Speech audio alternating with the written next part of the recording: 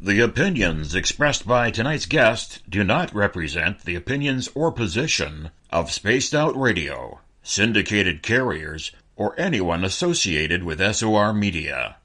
Listener discretion is advised.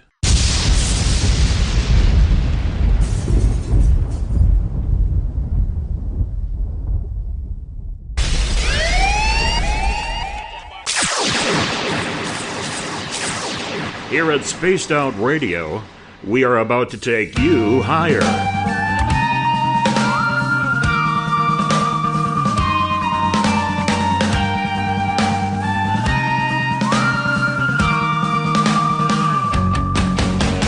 Broadcasting from the Rocky Mountains of Colorado to you listening around the world. This is Spaced Out Sunday with host Tessa N Thomas.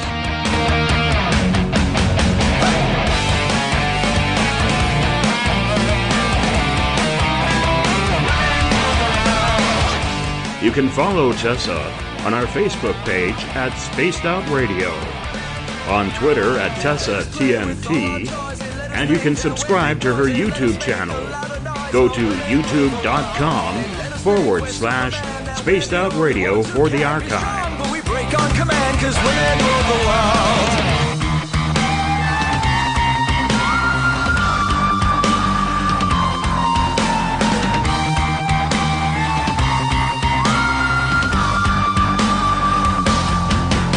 Buckle up, space travelers. Let the countdown begin. 9, 8, 7, 6, 5, 4, 3, 2, 1. It's time to go for a ride with host Tessa N Thomas. I'm such a lucky guy, 'cause after all this time, it's like the deeper I go, the deeper I fall.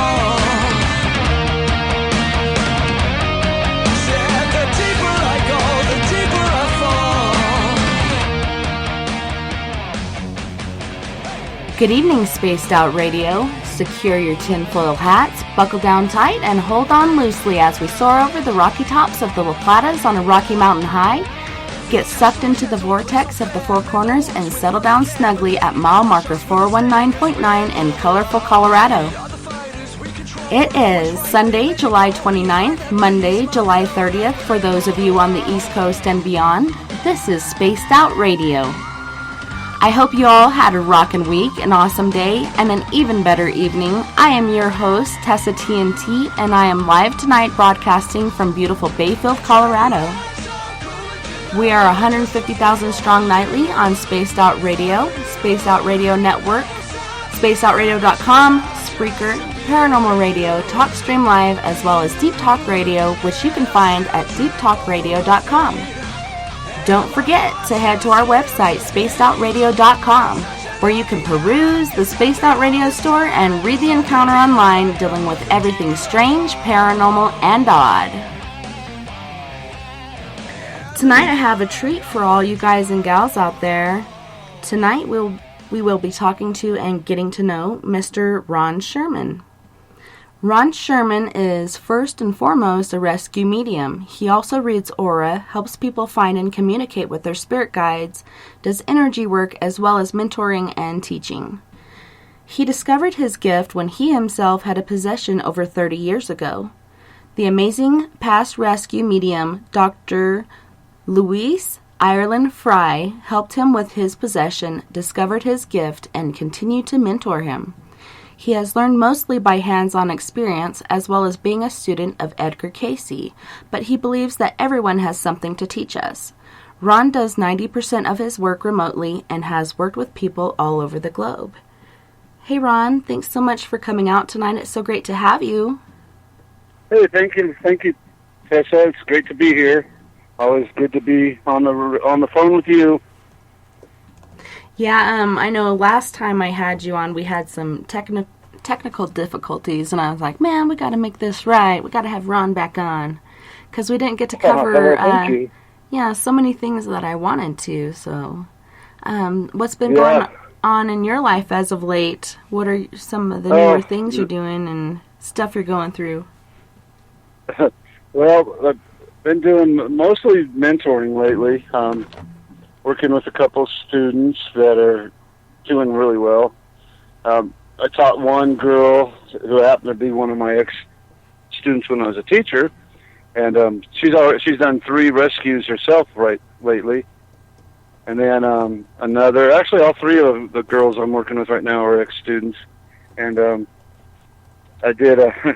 we had a shared dream. I had a shared dream with one where must have been a past life dream. We haven't had time to delve into it yet, but we were working with Madam Curry in a lab, and that's all I remember. And that all I knew is we were working with her, and that there's people trying to stop us. That's all I knew. But we're going to do a team meditation on it soon, but we haven't yet. I haven't really been that busy spiritually. I've been mostly working here lately, but I just kind of go when it pulls me in, I take it, and when it gives me a break, I take that too. Yeah, definitely. And you were talking about the glider park, and you had actually seen a spirit recently? Right, yeah. I started working there, I guess it's been 6 weeks ago now. And the very first day, the lady that bought it is turning it into a wildlife refuge. And she's having us, like, plant trees and pull weeds and just getting it nice and making it a place where the elk and deer and everybody want to go. And I was pulling thistle, and I looked over at the cabin, and there was an old man sitting on the porch, but there wasn't a porch where he was sitting, so he was kind of like floating. I think there used to be a porch there. And he had a shotgun in his hand, and he's just glaring at me. And this was my first day at work, so I didn't want to, stop and meditate or anything. So I just kind of let him go. But throughout the day, I kept seeing him, and each time I seen him, he was a little bit easier, the glare was a little bit less threatening. And I told the lady that owns it, I asked, do you believe in ghosts? And she said no, and laughed.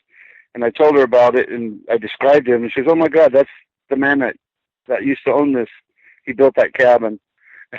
And the impression I got was he was happy with what she was doing with the place, but he was just checking me out, just seeing if I was somebody he wanted there or not. And that was the last I seen him, so I guess I passed the test. But she's going to let us go in and do an investigation later. Maybe you can get Tessa in on that and her people. We'll talk about that. Yeah, that'd be super cool.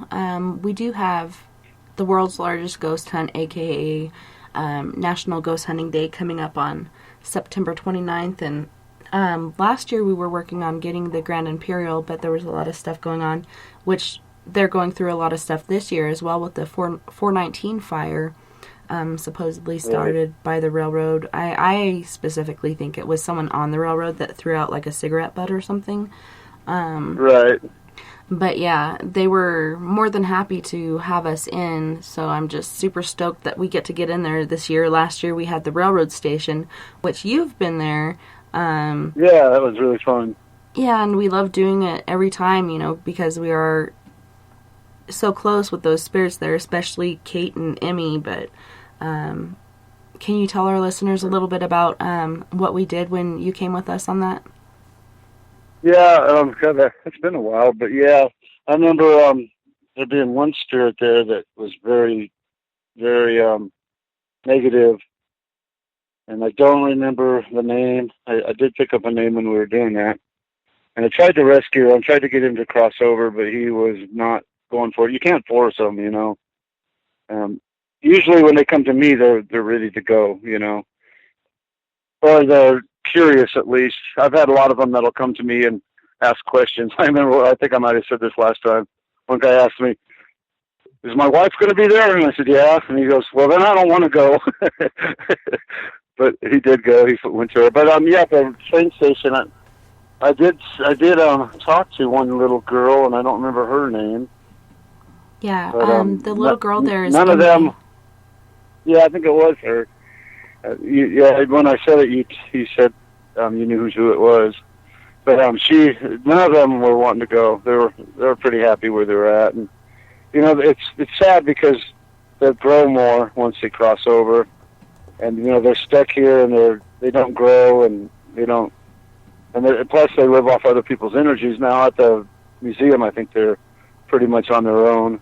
They may pick up some residual energy from us, but I don't think they're harming anybody. So, but when it's a possession or something like that, you know, but I really try hard to get them going. And most of what I have to do is psychological stuff, you know, just get in their head and make them realize that it's the best place for them to be. Last summer I was working at a very spiritual place, building a fence, and like daily I had them coming up to me, and most of them wanted to go, but a few had to. Like one man, I knew he wanted to, but he was afraid. He wasn't religious in his life, so he was afraid. You know, it's something different. And I talked to him for like an hour, and he left, and then he came back several times, and finally the last time he was ready to go. He had his bags packed. Yeah, it's nice when they are ready, and I do agree with you with the whole free agency thing. It is up to them. You can't force them to go, and they have to be ready for it. And it's nice that they have that option. But yeah, the only negative spirit I can think of in the railroad station is the brakeman, and that's who. Yeah, that's who it was. And you were upset. I'm not upset, but you were wanting me to get him to cross over, and I didn't get him. We'll have to try that again sometime. Yeah, he. Because you know, you work on them a few times, and they think about it, you know, and they may go. Yeah, for sure. You know, it's really rare that like the way I usually work is people come to me, like with possessions, and usually those are ready, almost always ready to go. And I've never had one that, in that situation, that didn't go. You know, I had some reluctance, but usually we got them. Because usually I call for I tell them, look at the light, and somebody's here for you, and usually they see someone they love, and they just go. They don't even, you know, think twice. So it's usually pretty easy once you get them to come forward. Yeah. Hauntings are a little bit harder because they're there because they want to be there, you know. They could have went to the light before. Because there's always lots of reasons they don't go to the light. You know, some of them are just confused. Some don't even know they're dead, like in an accident or something that happens real fast. They don't even realize it, and I think in time they will, and then by that time the light's gone and they don't get to go. So what do you mean by that? It just fades too much? Like, aren't there ways for them to draw from other power sources to keep the light going? Do they actually fade out? Because there are spirits out there that have been here for a long time. Yeah, you know, it's like when I had my first releasement with Louise, we had 3 tape recorders in the room recording it, and all 3 of them, the batteries drained during within a half an hour, and it was an hour and a half session. So, yeah, they'll take anything that gives out energy. They'll take it. You know, I think you have it. Don't you have one of those boxes that they can get energy from to talk with? I have a white noise box, and you can't even hear it. But I don't really have an amp. Like, I think all of the equipment we use, as well as our cell phones, etc., provide plenty. They'll take anything they can get, you know. Yeah, and they get when drained they possess somebody, fast. It's not when they possess somebody, it's not like a drained battery kind of thing. It's just a slow drain, and it's harmful for people because in time the energy just keeps getting lower and lower, and that's what I had. And then depression comes, and even, you know, other illnesses. Your resistance to anything is down, and it's, you know, that's one reason why I do my best to get them to cross over. When I had my first possession with Wilhelm, who was a SS agent for Hitler, thought he was demonic. He wasn't, but he thought he was because he. Yeah, that's in my questions for later. We're gonna work up to that because that's the good stuff. Yeah, but when we tried to get him to cross over, he said no. I killed and I raped, you know, hundreds and thousands, and I was born in an orphanage. Nobody ever loved me. I never loved anyone. And when Louise called for someone from the light, it's amazing who came. It happened to be one of the women that he raped and killed. You know, so you know that shows the forgiveness that happens once we cross over. The whole different set of rules up there, you know. Yeah, I've heard several times that on the other side is just basically love, you know, love and happiness, love and light, Right. or whatnot. And you kind of leave all that stuff behind unless you are kind of stuck in that cycle or whatever. You're too attached to this, or you can't let this go until you finish your business. And, and what I was getting at is he went reluctantly. I mean, it took her a good half hour of convincing him. First he said, well, I tried going to the light and there was bars that blocked me. And those were his own bars. He didn't realize that. Those are his own, But, so we got him to go, and about a month later, I was married then, my first wife, and me and her were sitting at the kitchen table talking, and just like that, I felt that he re-entered me. And which is rare, because usually they have to have an opening some kind, and I wasn't given an opening, I guess just because he had squatter's rights, I guess. He'd already been there for a long time. But so I went back, and this time Louise gave him three. She told him he could either leave me and walk the earth as a earthbound spirit, or 2, he could go to the light, or 3, he could be destroyed. And he picked to be destroyed. And I had no idea what happened. It was like, I don't know if you've seen the movie Ghost with Demi Moore, Patrick Swayze. Do you remember that part where these like little dark ghosts came out and just grabbed the guy and just drug him off? Yeah. It was just like that. They just grabbed him and took him away. So I don't know what destroyed means. You know, I really don't. But yeah, I never had any problems with him again after that. I know that. So you know that they do have free agency to a point. You know. So, but it's like when she was first questioning him about why he was in me, he said, because I have light, and he was safe. He was convinced that the devil was trying to get him to go, because all of the bad things he did in his life, he was trying to buy more time before he went to hell. And Louise told him that he was welcome to the light. It was really cool, because she told him, he said, no, I'm dark, I don't have any light in me. Ron has light, but I don't have light. And she told him, well, look in your heart, what do you see? And at first he said, I see gray slime, nothing but dark gray slime. And then she told him, look deeper. And he just kind of did a gasp, you know, like that. And she goes, what do you see? He goes, it's a little speck of sand, it's light. And she goes, now what's it doing? And he says, it's spinning, and it's getting bigger. And so once he accepted it, the light was growing in him. You know, so that's how she got him to realize that he was of the light and could go to the light. And he still didn't trust it. Yeah, he still didn't. He thought we were tricking him. He thought we were the devil, you know, working for the devil. And even it was funny because when she told him to go to the light, he goes, "I don't have any place in that country club." like he was not good enough for a country club or something. But he did go, and afterwards we asked our guide where he went. And they said a place of the light, which was like a school. And that we asked him what would he learn, and they said love, because he didn't know anything. He didn't know love at all. And he was there for a while and just couldn't handle it. Just it was just too hard for him. And he still thought he was being tricked to all the way. He thought it'd be better just to be destroyed than to spend eternity in hell. Yeah, and I guess that depends on what your version of hell is. Right. Because beliefs do go a long ways.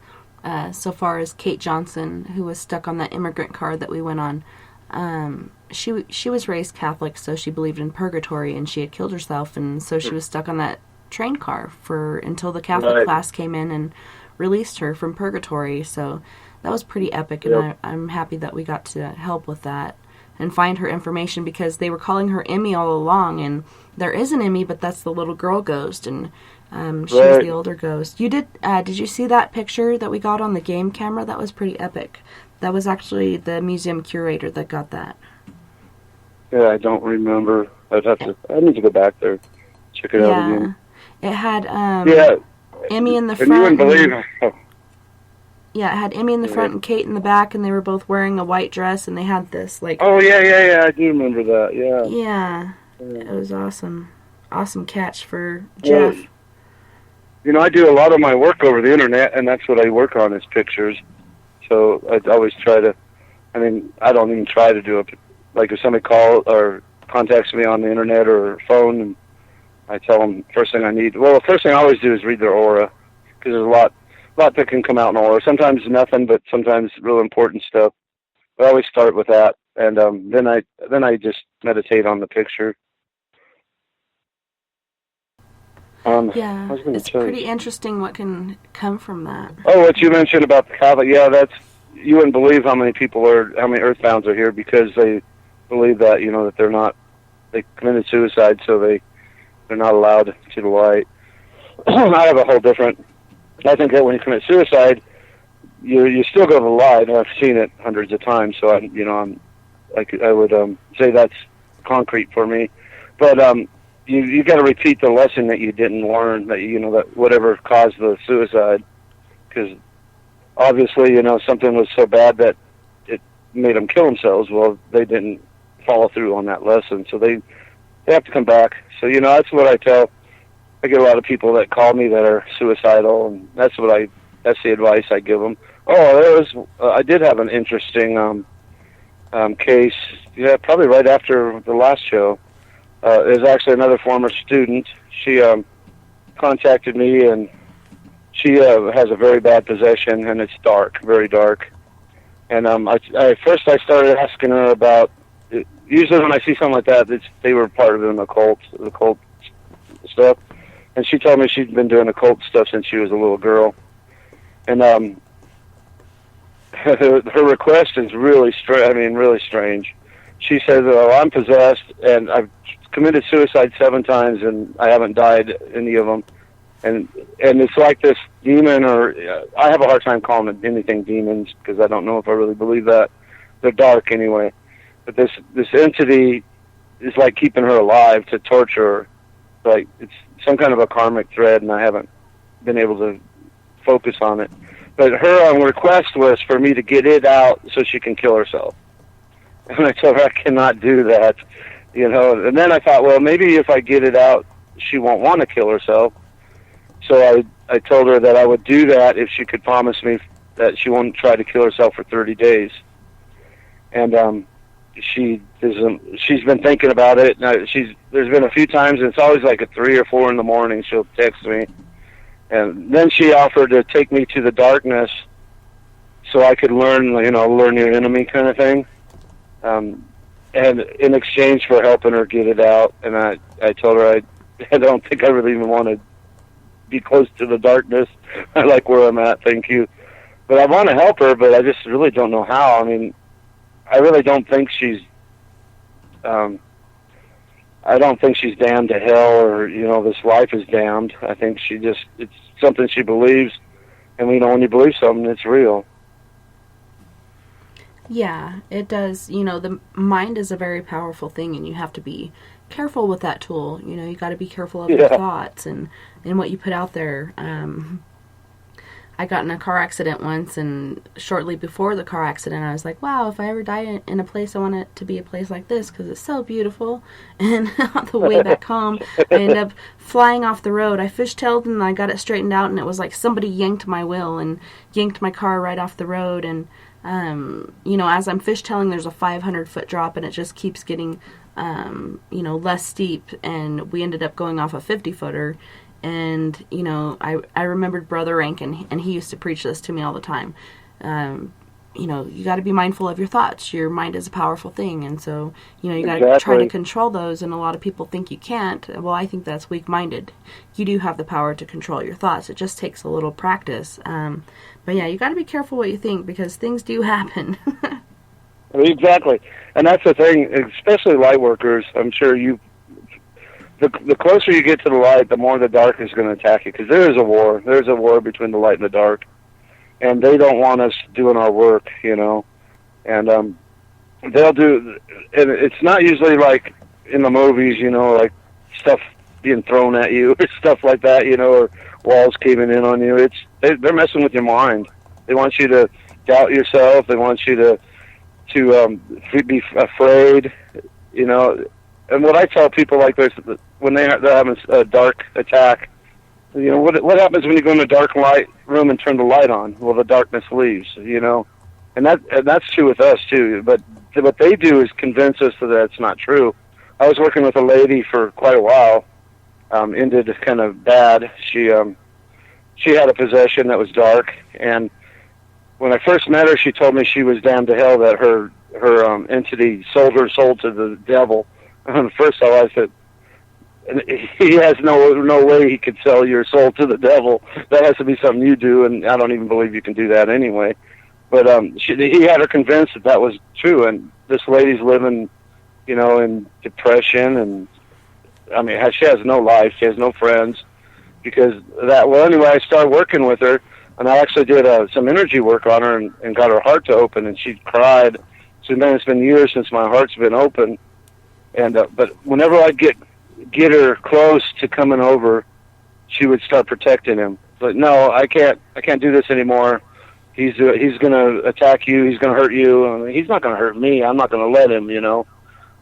But he's totally messed with her mind to the point where she believes that, you know, that he sold her soul and that she doesn't. There's nothing that can be done. You know, I worked with her for 6 months, I bet. I mean, like daily, and finally it came to where she started accusing me of attacking her and and all this stuff, which wasn't true at all. Well, one day I was eating lunch with her or dinner with her, and she just started screaming for me to get out of her house. And I had no idea. We were getting along great, everything was good, but I didn't want to argue with her, so I left. When I got home, she texted me and said that he was in me, and that he was going to rape and kill her. And she believed this, you know. So that's what ended our relationship. She's afraid of me to be around her. So, you know, it's just, they get in your head and they can do so much. That is their biggest weapon, is our own beliefs. Mm-hmm. Well, and they know our weaknesses. Yeah. Speaking of beliefs, what are your beliefs? I honestly don't believe in hell. I believe that we're in hell right now, kind of. Mm-hmm. I think we either put ourselves in hell or by refusing to, you know, go to the light. And I believe that everybody's. I kind of follow Edgar Cayce's beliefs on reincarnation, and then I vary from him after that. Like, I believe what Cayce says, that we're all created by God in the beginning, at one time, you know, and he gave us all, to be companions to him is why he created it. And he gave us free will so we wouldn't be all like one little robot, you know. And in time, all of us that are here listening, me and you, we veered off our paths of what he had in mind for us. And at some point, he came to, and again, God, I don't even know what God is. I don't even think about it. I just know there's something that's God. Maybe I think I used this analogy before. There's some little kid where's his science fair project, you know, like a little ant farm. Yeah, with this little magnifying glass. Yeah, he's about to get his first girlfriend and forget about us forever, you know. But anyway, who knows what God is? I don't even think about that. I just know there's something that's a creator or powerful. But so he came to a point where we were all veering off, trying to be gods ourselves, and so he had to either destroy us or give us some kind of a second chance. And that's why he created Earth. And there's other places. Earth isn't the only place we live. There's other planets and stuff we wouldn't even understand that we can go to. And he knew he gave us that so that we can evolve back towards where he created us, to be godlike, sit at his side. So we each, this is all still Edgar Cayce, we all reincarnate, because there's no way we could learn everything in one lifetime. And one of my favorite things to do is when I help people find their spirit guide and teach them how to communicate with them.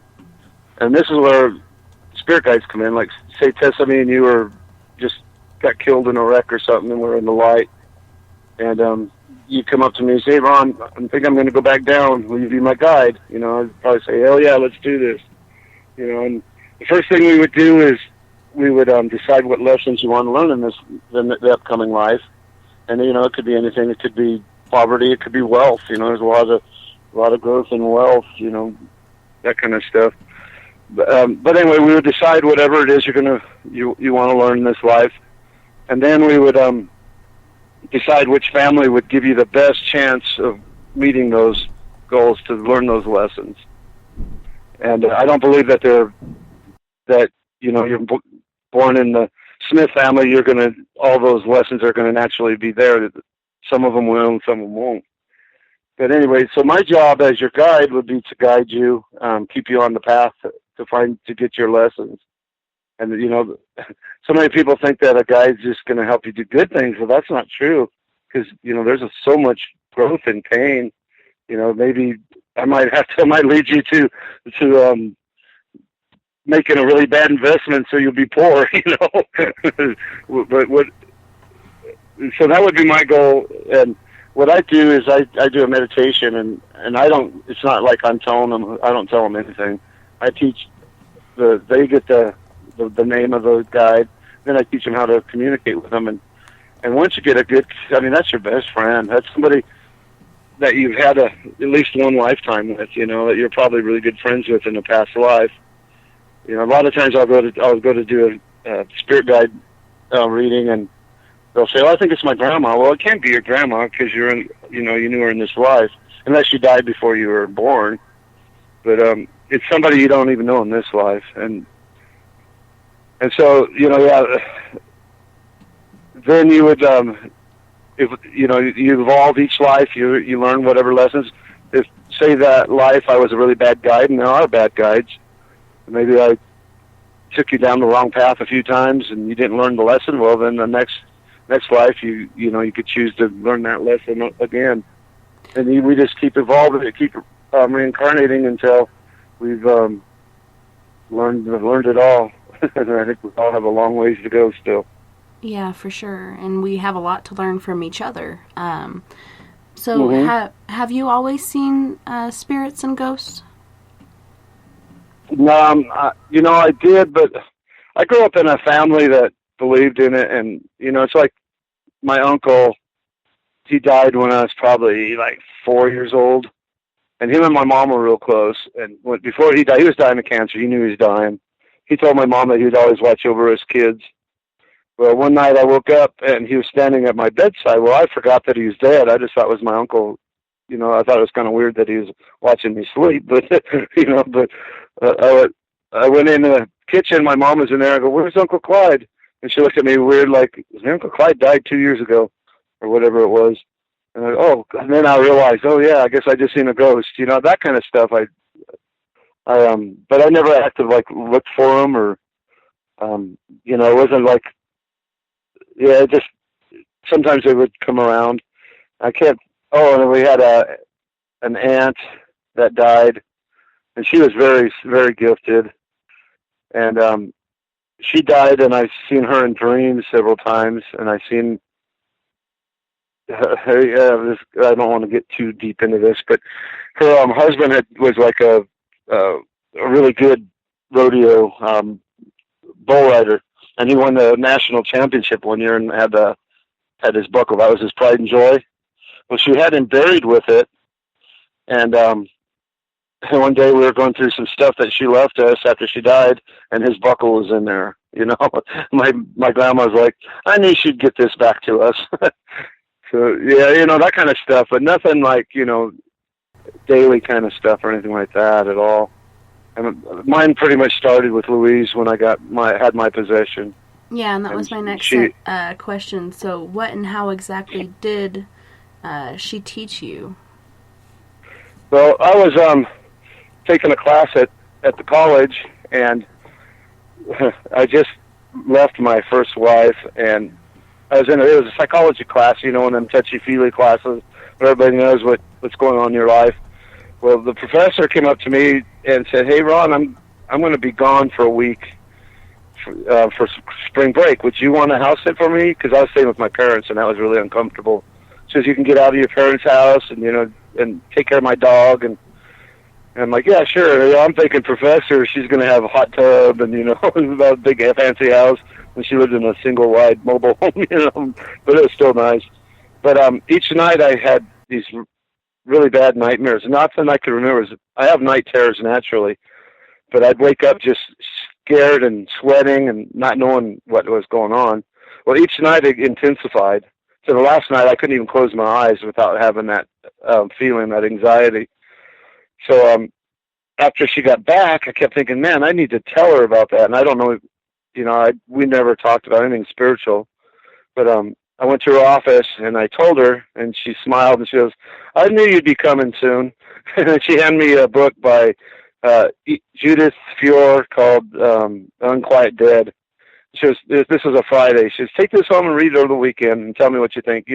Open mind. If you don't buy it, that's fine. If you do, I can probably help you.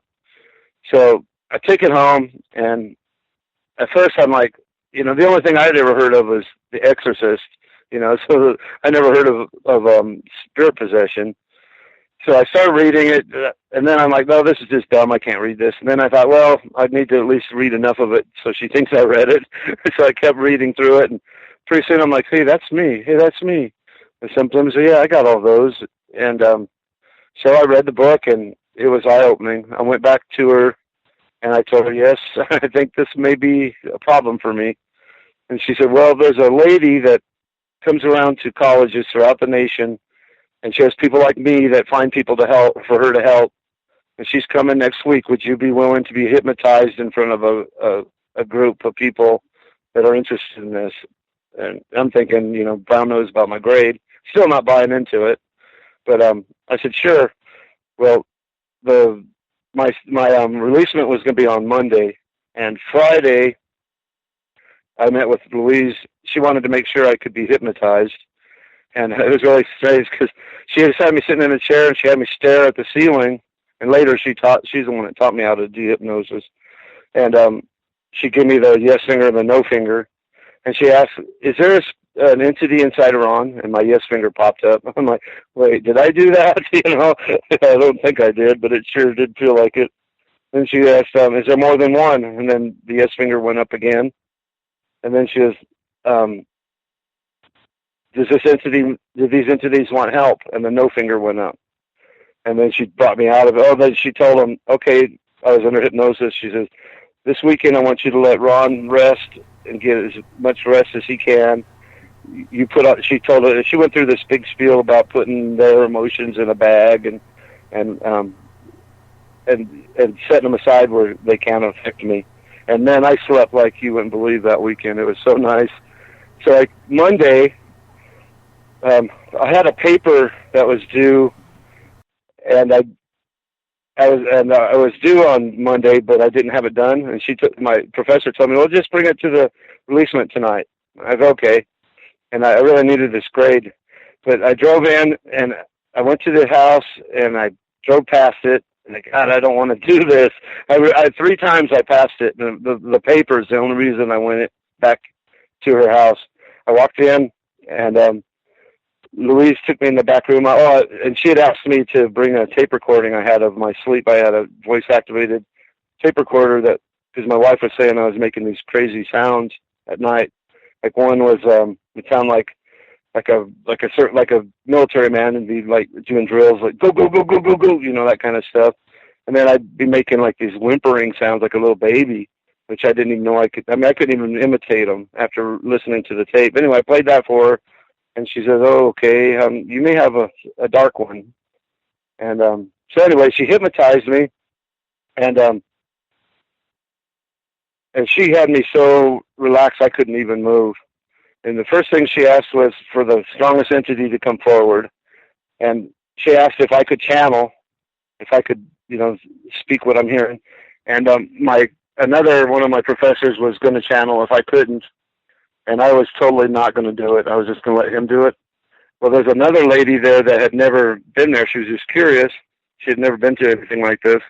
And her and my professor said exactly the same time. It was like stereo. They said, this entity does not want to cooperate. Well, she asked his name, and he said his name was Wilhelm, and he told that he was SS agent for Hitler. And then she asked, well, when did you enter Ron's body? And these people know nothing about my past. And she's, the lady channeling, and I was hearing it in my head at the same time.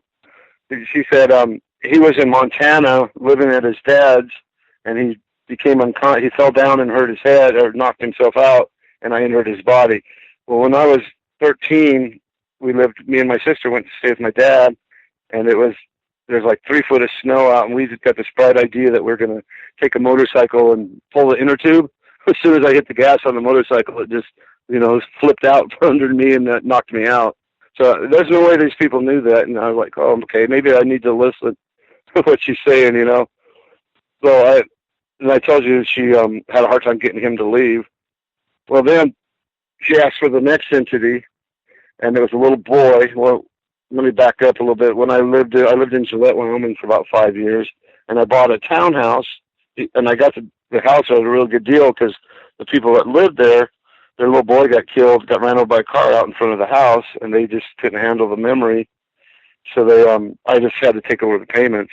Well, it was when we moved in, I was a bouncer in those days, and it was a 3-bedroom house, and I rented 2 of the other rooms out to other bouncers. So it became a party house. But the day we moved in, we looked under the staircase. There's like a storage area, and all that little boy's toys were there. And we didn't even do anything. We just left them there. We didn't really need the space. And pretty soon we'd hear somebody walking upstairs when we were all downstairs. Like in the middle of the night, the stereo would come on. One night we came out, and all the meat that was in our freezer was sitting on the counter. Just weird things like that. Well, we named him Bobby nobody really knows us. So we just called him Bobby. We'd have girlfriends over and get them scared, so they'd cuddle up to us, and they go, what, Bobby? We told them about Bobby. And well, anyway, so now back to Louise. She's got me hypnotized, and she asked for the second one's name, and he says his name is Bobby. And then if I could have jumped up and ran, I would have, because it was too weird. And it was kind of funny because she asked him how he died, and he said he was killed by wolves. Well, later, Louise said that's a real common thing for children that spend through several lives. They'll get their deaths mixed up, and they usually remember the most terrifying one because he was hit by a car. And then the third one was a lady, and I cannot remember her name. I have it written down somewhere, but she said she possessed me because Bobby was afraid of Hitler or Wilhelm. So she was like the lady trying to keep peace between the two of them, and she went immediately. And she said she entered me at when I lived at the Meadow Ranch, and I lived there in high school. So yeah, it doesn't. I'm not sure. I may have that wrong because she was there before Bobby, so I don't know how that works. But she ended up being the mentor or medium between the two of them. But as weird as my sister, I didn't think would believe any of this. And when I told her about it, she says, I knew that something was going on. She says, I'd hear you talking in your sleep, and I've always been a sleepwalker. In fact, I went sleepwalking the other night. I woke up with muddy feet all over my bed.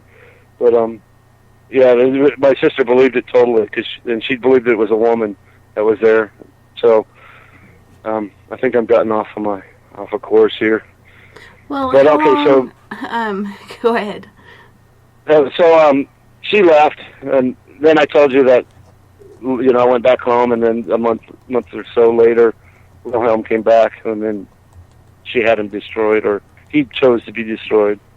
So that's what started it with me. And then during that session, after the entities were out, she talked to my spirit guide and her spirit guide, and both of them told him that I had the same gift as her, and that she should teach me. And of course, she's like me, and that's my favorite thing to do, is teach anybody. I'll teach anybody that asks to learn.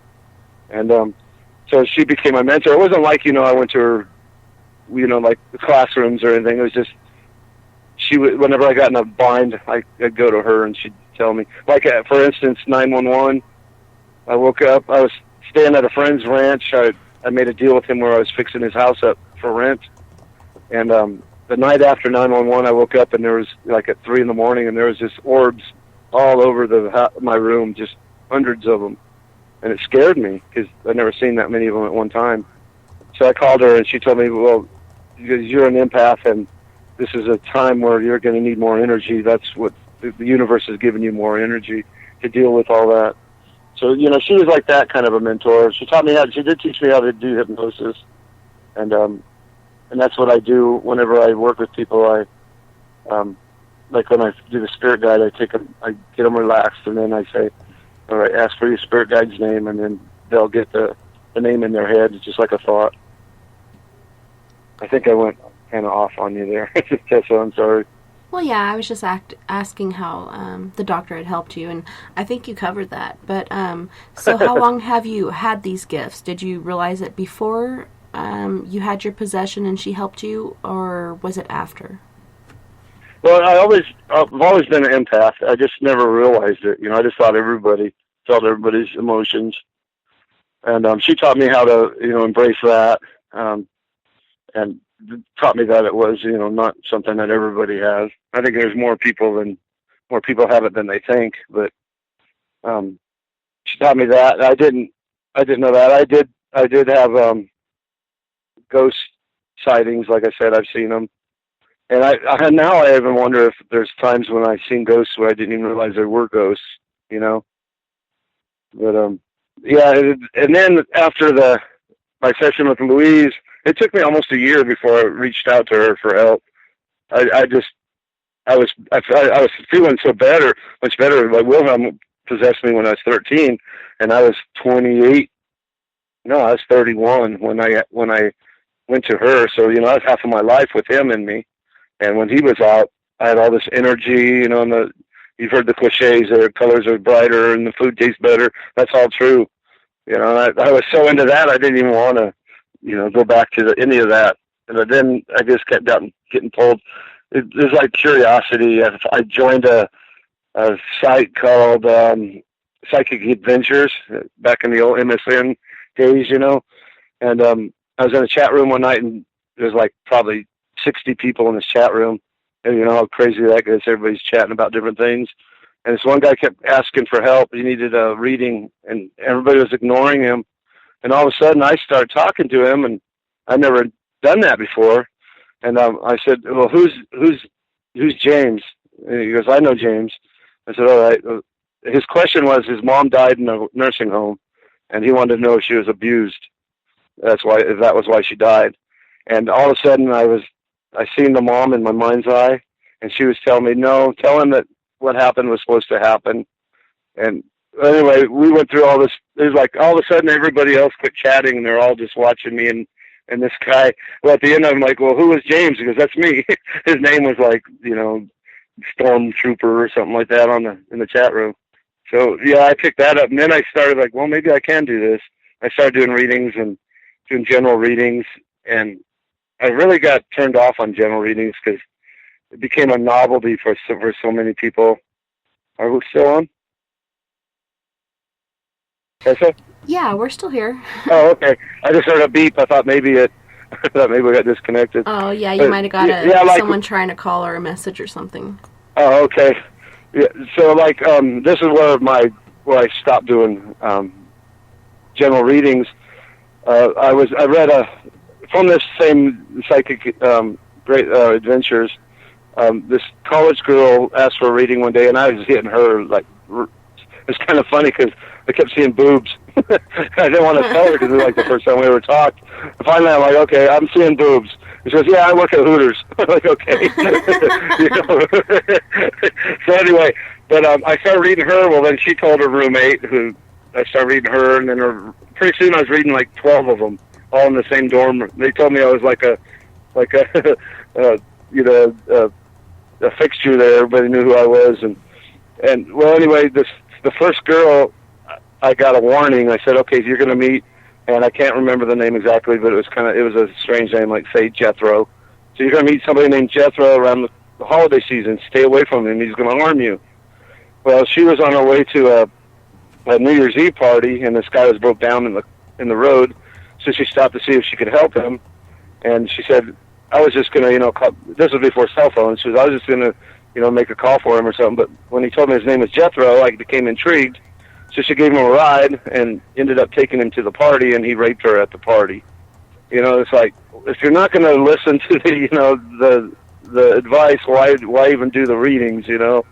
And then these other girls would call me. By this time, I had them on the phone. They could call me on the phone. Like, okay, what color dress should I wear tonight? Or what time is he going to call? And that kind of stuff. And it really just soured me.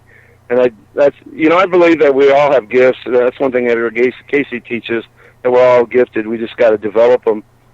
So I really think that most people can choose what gift, whether they want to be a medium or whatever. And I was so impressed with Louise's work that I chose to just put all my energy into that, and I quit doing general readings. Now, when I do oral reading, I often get psychic information, and I will pass that on. So I guess I shouldn't say I don't do any readings, but I do get them during oral readings. And if I get something, I'm going to tell people. I try not to do it unless I have to.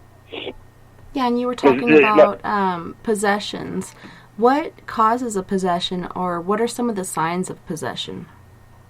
Okay, well, the signs are like lack of energy. One of the big ones is cravings, the things you didn't used to have. Like, for instance, this one lady, I had a really interesting case. I worked out of California. And also, she was having epileptic seizures, but the doctors couldn't figure out why. Well, I helped her 2 years ago, and I'm friends with her now. And she hasn't had a seizure since the releasement. But anyway, she kept telling me, I keep getting cravings for seafood, and I hate seafood. So that's a big one. But the biggest one is energy loss, and depression. And a lot of times you'll have dreams about things you don't know. You don't know the people. You don't know the places. And those are just symptoms. That if somebody tells me that, I don't think, oh, you're possessed. Then I do. I'll meditate or hypnotize them. And when you hypnotize somebody that has a possession, their possession's hypnotized too. So they pretty much have to follow the rules of hypnosis.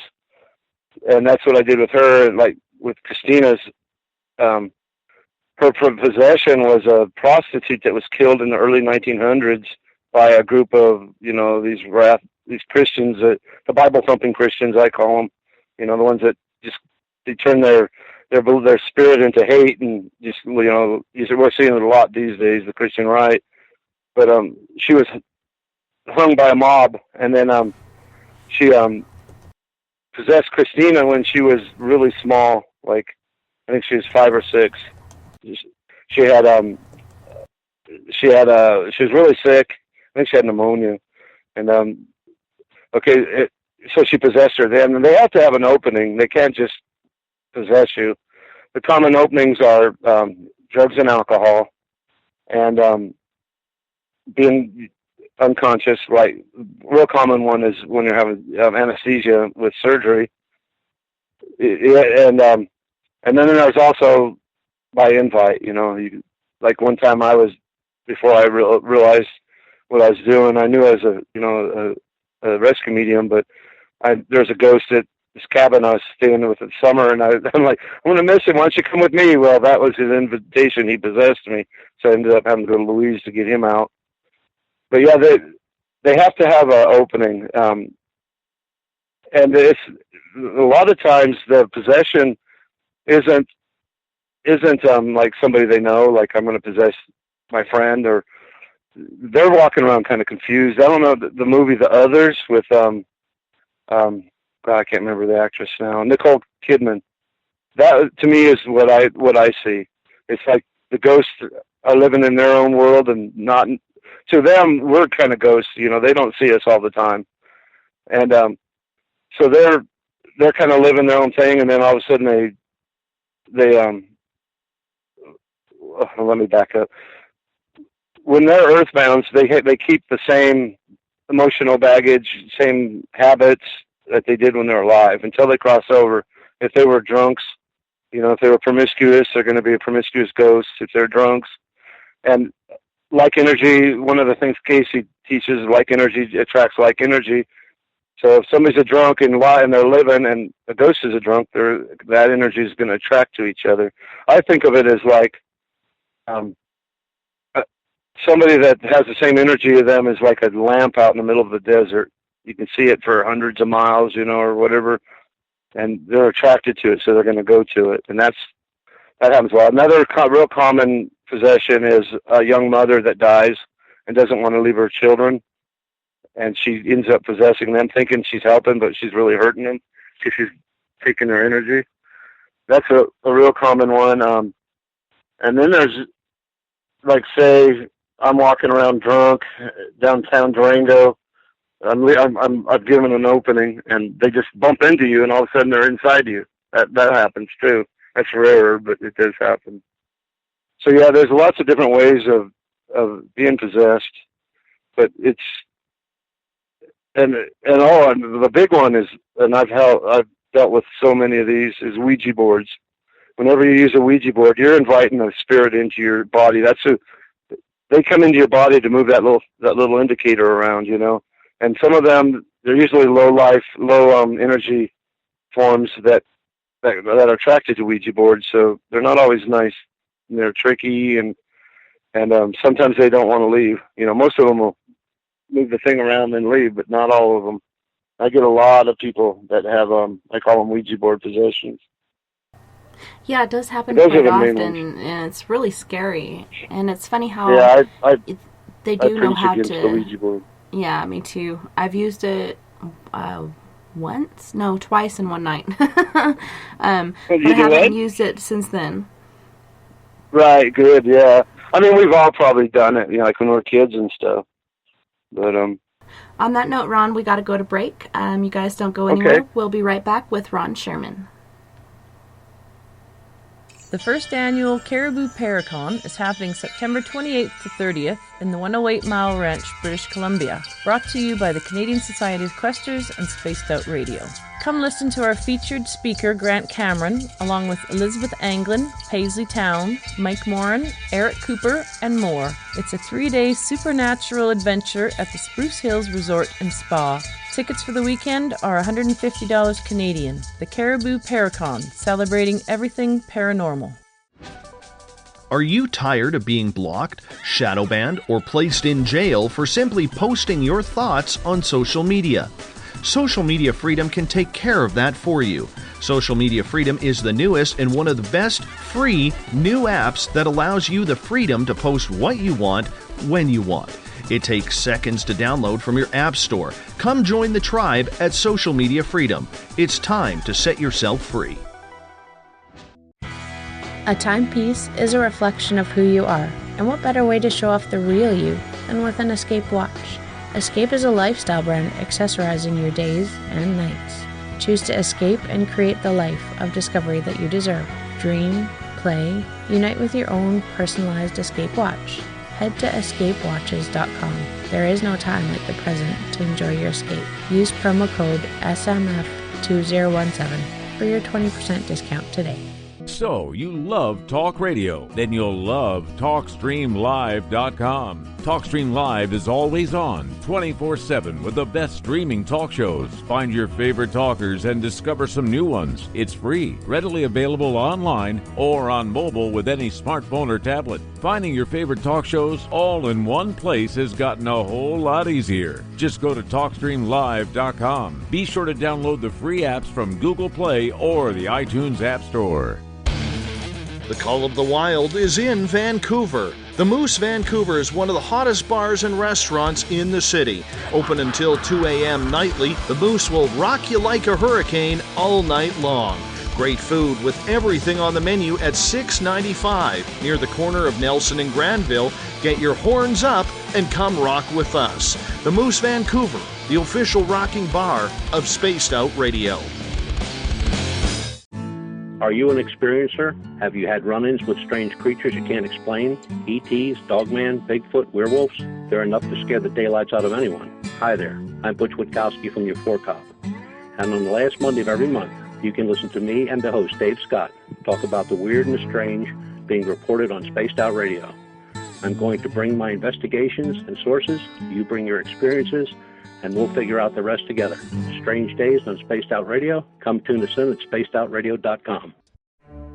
You know, it's hard being the bad man of ufology, but that's just the way that I like it.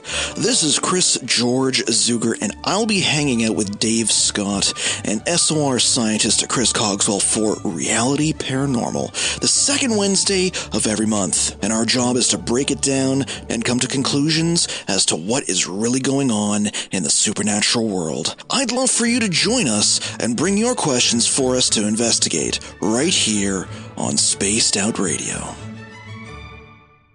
There's news, and there's the encounter.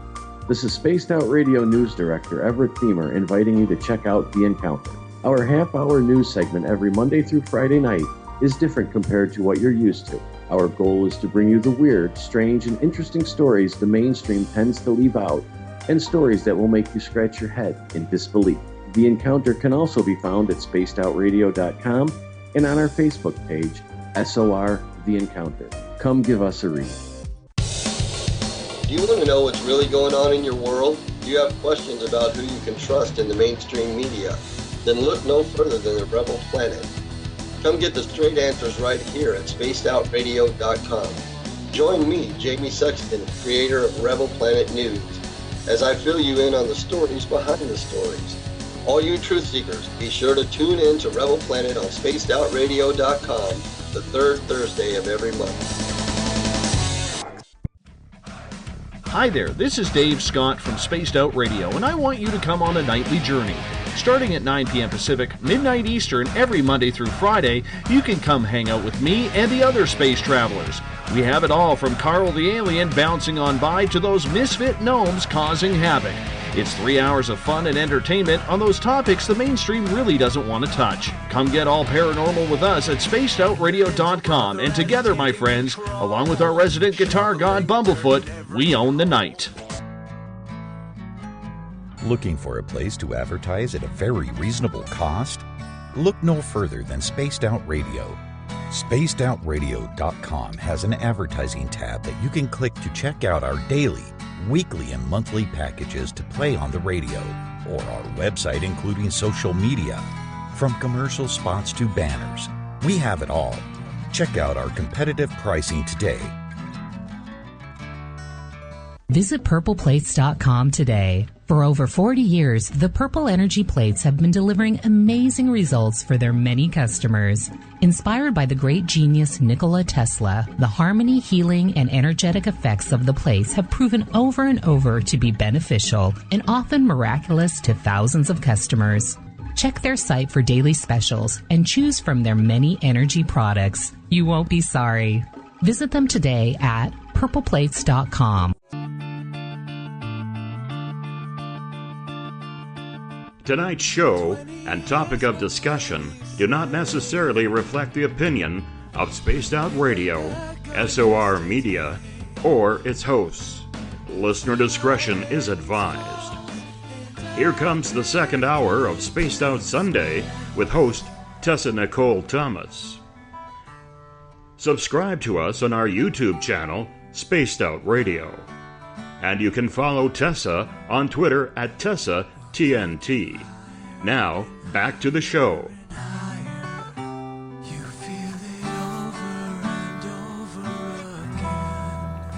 Hey guys, welcome back and thanks so much for tuning in tonight. Tonight we have Rescue Medium Ron Sherman on. And before we went to break, you were talking about Ouija boards and such. Did you want to continue on that topic? No, I think we covered that. Okay. Just, stay away from them. Throw them away. And there's also, I would like to say one more thing. One thing, there's a myth that if you throw them away that you can get haunted or attacked. That's not true. Just throw them away. They have no power unless you give it to them, you know. Definitely. So, I've had people that are afraid to throw them away. Oh, they tell me that they'll make you a bad luck, or no, it's not true. So just get rid of them. Yeah, and there are so many beliefs out there. So tell us about the light work that you did with prisoners. Oh, with the prisoner? Yeah. Yeah, I have a friend. I've seen her on Craigslist.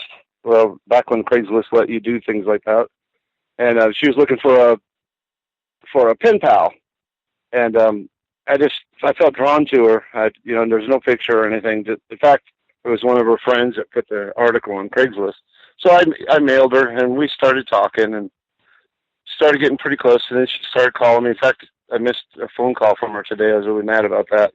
But when I started talking to her, she told me her story. She was molested by her dad pretty much all her life. And at 15, her mom just kind of turned her head away to it. So she wasn't getting any protection at all. She ran away from home. So she went and moved in with her grandfather in Texas. She was in Utah, moved to Texas. And her uncle did the same thing. So she ran away. She's pretty much on her own from the 15 on. And she's a real pretty girl. And she got into the wrong crowds then. Pretty much she's been in and out of prison all her life. Now I think she's 37 now. But she asked me if I could help her get out of that prison. It's a cycle. It's like they learn to be prisoners. They learn to be criminals. And in prison, that's all they do. They don't rehabilitate them at all. You just learn how to make meth and stuff like that. Well, she just got into that cycle of the wrong friends and all that. So I started working with her, and one of the first things I do is teach the Edgar Cayce stuff, like energy attracts like energy, so positive thinking, positive energy.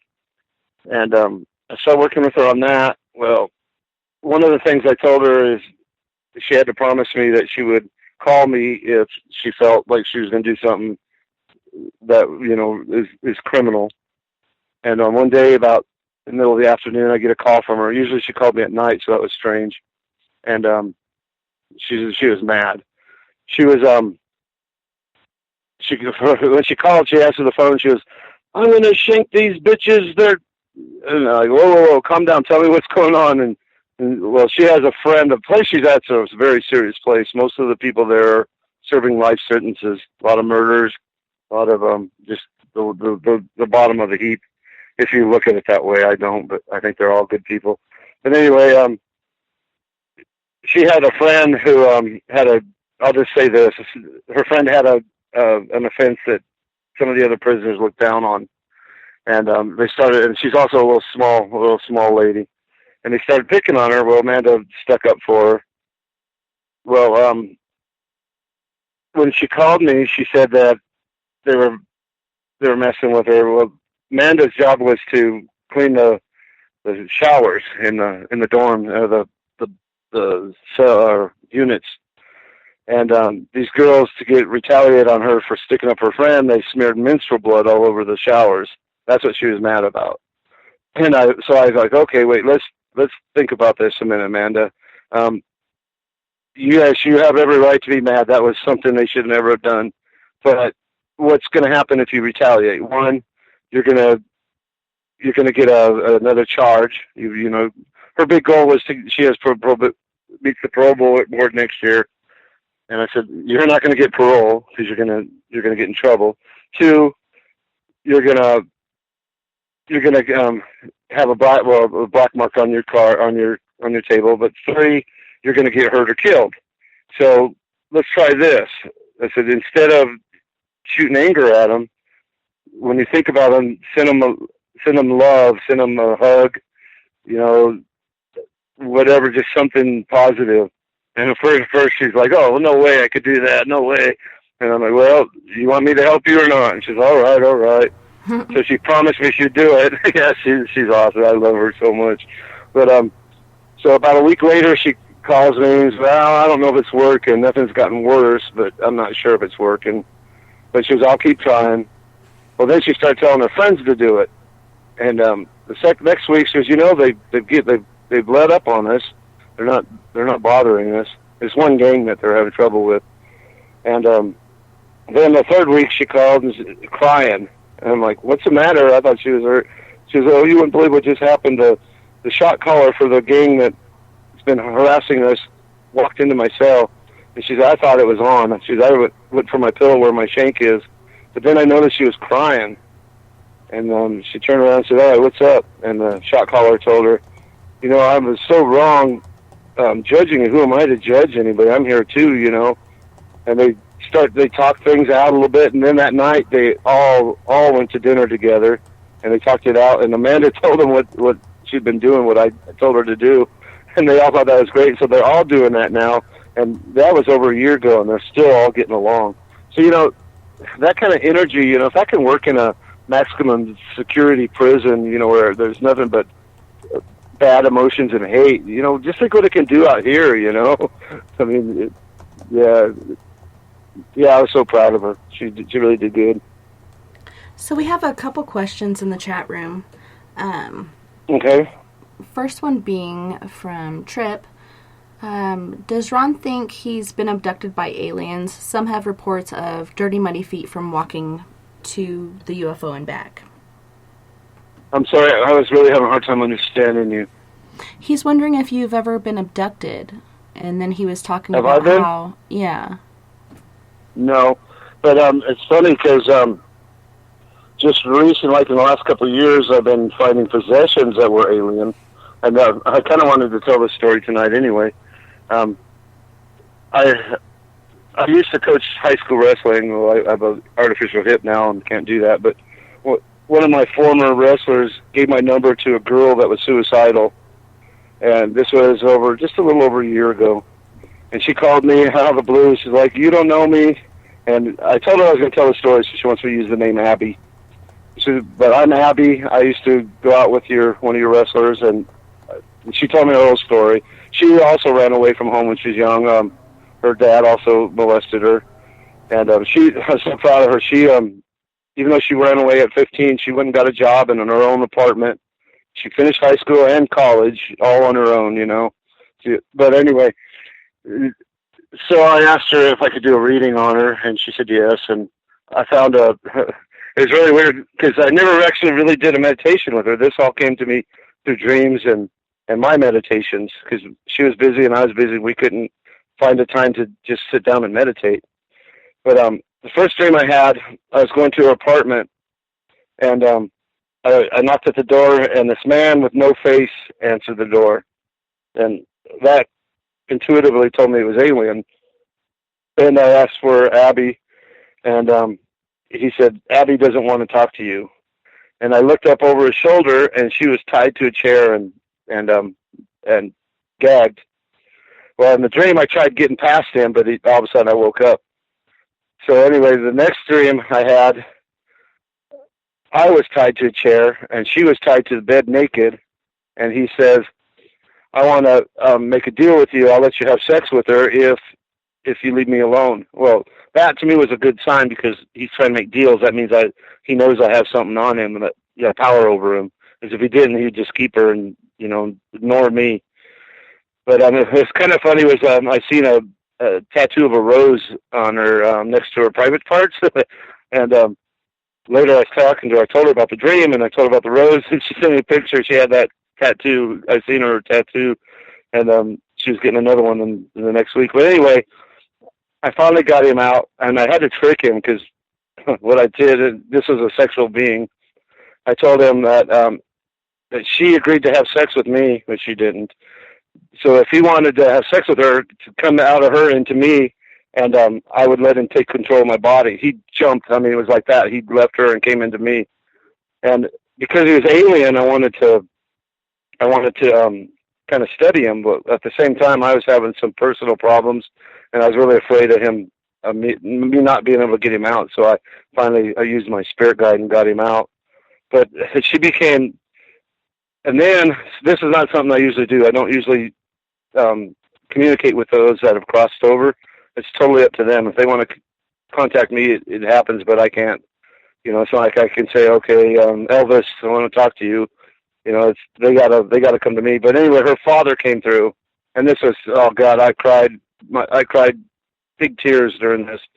I was able to bring him through, and he was able to apologize to her for abusing her, and she was able to forgive him, and it was just so beautiful. But after that, me and her had like a father-daughter relationship. It's like her dad somehow has possessed me in some kind of a way that she gets mad when I don't call her, when I tell somebody she's like my daughter. She says, I am your daughter. But she's become like one of the main things in my life now. She's got 2 little kids, and it's all just pure love. And she's got a boyfriend that's really cool. She asked me if I'll walk her down the aisle when she gets married, and anyway. But the alien thing is, I've never been abducted, I don't think. I grew up in the San Luis Valley. Alien stuff is big there. I did see a cattle mutilation where there was like a triangle cut out of the tongue, 1 ear gone, 1 eye gone, the genitals were gone. And my stepdad, got hit by lightning. Like, yeah, right, But I do know people that have been abducted, but I haven't. Not that I know of. I think there's people that have and just don't know it, because I think they shut everything down when they do abduct you sometimes. But yeah, I totally believe it. And actually, that's something I'm really wanting to learn more about, because and then the one lady I was telling you about that had the dark entity that I was trying to help, and then she freaked out. She claims to be from not this life, but she was from a planet called Three Sisters, and she has a lot of memories of her past lives. But yeah, it's definitely there, and I honestly think that they're us. I think that when we reincarnate, we can go to other planets and maybe sometimes come back home, or who knows where home is. Maybe that's home. Maybe Three Sisters is where we all should go to. But I don't know if I answered that question or not. But I haven't been abducted, no. Yeah, Trip keeps saying in the chat room repeatedly, oh yeah, he's definitely been taken. I might have, yeah. I wouldn't doubt it at all. I mean, at this point, the things I've seen, there's not much doubt in my mind, anything could have happened. But yeah, it could have been, yep. I know I have seen UFOs, and especially when I was a kid, we'd go to the Mojave Desert. We'd seen them all the time out there. Yeah, it's interesting where they decide to hang out. But what types of energy work have you done, and who have you helped with these gifts? I actually, I'll do energy work. Mostly, whenever like somebody comes to me for help, the first thing I do is the aura reading, and in the aura I'll see where there's blocks, like heart chakra, throat chakra, and I'll do energy work to clear those blocks. But I also do energy work, like I have a friend. I got to tell this story. This is probably and it's sad, but I had when I was coaching wrestling, a kid that got cancer right after high school. But when we were in high school, I'd meditate with my teams. Before a big meet, I'd lay them all on the mat and relax them. And so all of my kids, that's why probably most of the people I work with are my ex-kids. They're all in their 30s now, But one of the things I do for pain is I tell them to, I relax them, put the light into them, and then tell them to imagine a red ball and put the red ball at your pain. And this kid that was dying of cancer, I don't want to say his name because I haven't talked to his family, but his last words were, "Red ball, go to my stomach." That's so. That's sad, but it's also he had some kind of comfort, at least in his last days. But with energy work, mostly that's what I do is, and like my mom has bursitis, and I'll do some energy work on her just to help her shoulder and stuff. And I haven't done that in a long time. I'm not sure why. I think she's been kind of, her brain's been taken over by the doctors, kind of thing, the medications and stuff. But I used to always help her with that, and I help other people. Like, I'm really good with headaches. I've even been able to do that remotely. And I would like to take this time to tell everybody that I do have a website, but it's a closed site because I don't want people just coming in for free readings and then leaving. So if anybody that's listening emails me, and I will be glad to add them to my site. And my site's called Psychic Grapevine. And my email is rlsherman, SHERMAN, 306 @gmail.com. But if anybody tells me you listen to me on the show, I'll be glad to put you in there. Always glad to help people and learn from them. We all learn from each other. Everybody I've helped is either become a friend, or most of them have become my friends. But they all teach me something. So, going along with your energy work, did you mention the prostitute that you had worked with? No. One of my former students I taught to do the rescue work, and she's doing amazing stuff. She's in California, and there were some kids they had like these abductions of teenage boys, and there's posters all over town. Well, she actually rescued one of them, and she'd been doing it on her own for over a year, maybe 2 years.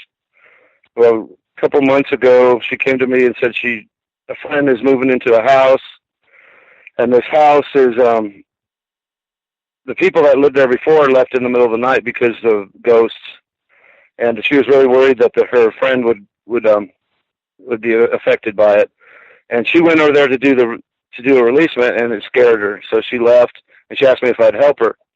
So I did me and her actually did a reading together. We meditated together on the phone, and it was really fun because this lady came through, and she had this attitude like those kids were spoiled, and because that was the kids she messed with, and she's strong. She didn't just show herself, but she even moved furniture around, so she was really strong.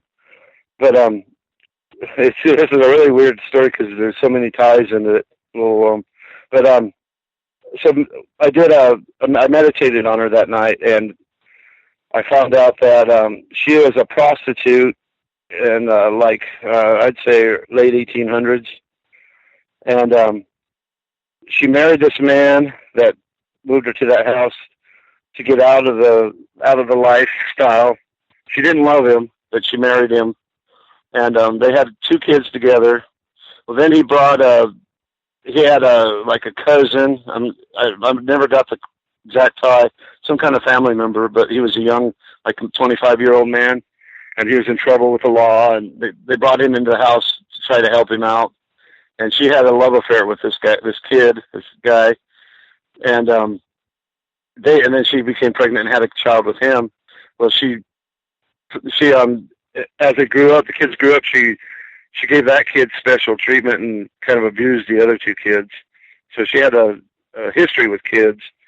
Well, then, and then the husband, who knew she didn't, they were actually living and sleeping in different rooms and everything, but they're still married, and he knew that she didn't love him.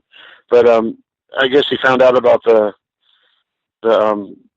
affair with his relative. I don't know what happened, but I seen the kid's body laying out in the backyard, and the husband burying him. Oh man. Yeah, this has a lot of stuff. And then I did another meditation. I went back to that life, and the girl, and hold on, she asked me to use a different name too. Let me make sure. Okay, Rose. Rose, my ex-student, she was a cheerleader when I was a wrestling coach. She was a prostitute. She was the madam at the house in her past life, and her name is Ellie. The ghost, the spirit, is named Ellie. Ellie had a crush on. Well, Rose taught Ellie the ropes, and she got a crush on her. Well, so we decided to confront Ellie to see if we can get her to go to the light. Well, me and Rose were meditating, and all of a sudden, it was like Rose and Ellie were like they moved into a different room or something. I couldn't feel them, and I asked Rose, "Are you still there?" And she was real slow in answering. We're on the phone. Yeah. Were you alone with Ellie? She goes, yeah. And then I realized what was going on. Was she kissing you? And she goes, yes. I'm like, oh my gosh. So, and then the next day, Rose told me that Ellie actually gave her an orgasm. So, you know, it's crazy, but But anyway, this is a work in progress. We still haven't gotten Ellie to cross over. A lot of that's because Ellie has affected Rose. Rose has been kind of vicarious all her life, and she's kind of they're kind of both possessing each other at the moment right now. But I think I got her talked into realizing that she needs to move on. But yeah, like I said, when the Earth's down and they haven't crossed over, everything they were alive with is still with them. So, that's part of what I have to do is figure all that out and, see what angle, know what their religious beliefs were, what kind of person they were, Like if you go to a devout Christian and don't mention Jesus, you're probably not going to get their attention. So a lot of it's psychology. Well, Kat in the chat room was wondering, what is the difference between a medium and a rescue medium? Okay, a medium is somebody that can contact the dead. That's the general description. A rescue medium is somebody that helps them cross over to the light, and that's what I do. And I don't have control over it. It's like when I work with say somebody with a possession, it's so hard to explain. It's not like I'm told, but it's just a feeling. I know it's time. Okay, I'll be talking to them, then I'll say, okay, the light. Look at the light. Somebody's here for you. And there's never been a time when somebody didn't show up. It's usually a relative or somebody they love, and they usually sometimes they'll say goodbye to me. Sometimes they just take off to the light. One of them real cool is my adopted father. He was a heroin addict in his last days, and I was having dreams and catching things in meditation that he was on the fence whether he wanted to go dark or light. And I tried talking to him. He didn't really want to talk to me. Well, one day I was working, and I felt that he was close, and I looked back and I could actually see him, but I couldn't see it was him. I just seen a ghost. I seen a spirit, and I realized that he was somebody wanting rescued, and I told him, "Do you see the light?" And it was weird because he was standing on the road, like the road was a line. You see the movie Field of Dreams where the doctor had to decide whether to cross the line or not? Mm-hmm. It was like that, just like he didn't. And then all of a sudden, I looked up at the light, and I didn't see it with my eyes. I seen it with my third eye, and all of a sudden I'm seeing a bunch of my old dead relatives. Before I realized it was my dad I was working with, right? So all of a sudden I'm like, oh my God, that's my grandma and that's my aunt, and then I realized, I'm working with my dad, and I turned and my dad smiled at me and he went to the light with him, and it was so cool because he was on the fence, and he's visited me twice with thank you kind of thing. It was beautiful. But yeah, so somehow through me the light appears, and I don't know if it's. I don't think it's. I know I don't do it. And it's also the same thing with dark entities. Like when I helped Christina with the prostitute from California, the other side of California. She's Southern California. But anyway, there was 3 dark entities in the house. I should probably tell this whole story because it's really a cool story too. Okay. Well, anyway, so when I helped Christina, I wish I could show everybody her before and after picture. She's also the one that was having seizures, because what a lot of people can go through with a possession for a long time without knowing it. But she moved into this house, and there was spirits in the house that caused turmoil. Well, the first spirit I came across his name was Walter, and he was a Bible thumping type. The believed in discipline and all that. Well, he came forward, and you got to remember Christina had the entity inside of her that was a prostitute that was killed by Bible thumpers, and so that created tension in the house, and that tension drew dark entities into the house. Like energy attracts like energy. Well, anyway, when I went, finally, I got to back up because this was such a strong possession. The night before we were going to do the releasement, I kept hearing I'm sorry. Before, when I did the first reading, the preliminary reading, there was a little boy, but he was in the corner. He wouldn't show me his face. I knew that he was a ghost, and I was going to have to help him. Okay, well, so back to the day before the releasement, we had to wait like 2 weeks to get a time together to do this, and I ended up having to go rent a room in a motel room in Durango because my Wi-Fi wasn't working, so we're doing it. And this recording is on my site. I do have a recording of this session. And so I called for the strongest entity, and Walter came forward. Oh, wait, I'm sorry. I'm sorry. But anyway, the night before, I live out in the boonies. My parents live next door to me. I live on a family farm, Farming Ranch. And I kept hearing like a baby crying, a little boy crying. And at first I said, wait, what is that? At first I thought it was the TV. I turned the TV off. Then I was like, oh, God, I bet that's that little boy that I'm going to help tomorrow. Whose name was, I have it written down. I can't remember. Eddie. Yeah, Eddie was his name. So he was worried as I was going to help Rose, the ghost, the prostitute, cross over and not help him and leave him with Walter. But I assured him it wasn't. But I realized that they knew I was going to work with them, and that happens almost every time. If they're reluctant, they'll act up. So I texted the lady, Christina, and told her there's going to your house will probably be pretty crazy tonight. And she's all right. I'll keep my eye out. 10 minutes later, she calls me frantic. My son's cutting himself. He's hitting his head against the wall, and I was able to meditate and put a relaxing light on her house, and it helped. It was like it hypnotized everybody, I guess, but it did calm everything down. Okay, so the next night, I called for the strongest entity to come forward, which was Walter, the old man, and I told him he was going to light, and he's like, "Oh, that's not biblical." You know, he was really preaching to me, but his wife came from the light, and he realized that. I mean, he didn't even say bye. He just left. He went to with the light. So then Billy came forward, and he kept trying to not show me his face. And I told him it was somebody from the light, and it was his mom. But then he showed me his dad had cut his tongue out when he was 4 years old because he cussed, and he died of an infection from the tongue being infected. So, you know, I was like, oh my God, poor kid. I mean, and he was like, his dad had scolded him so much he thought he was bad. He thought he was evil.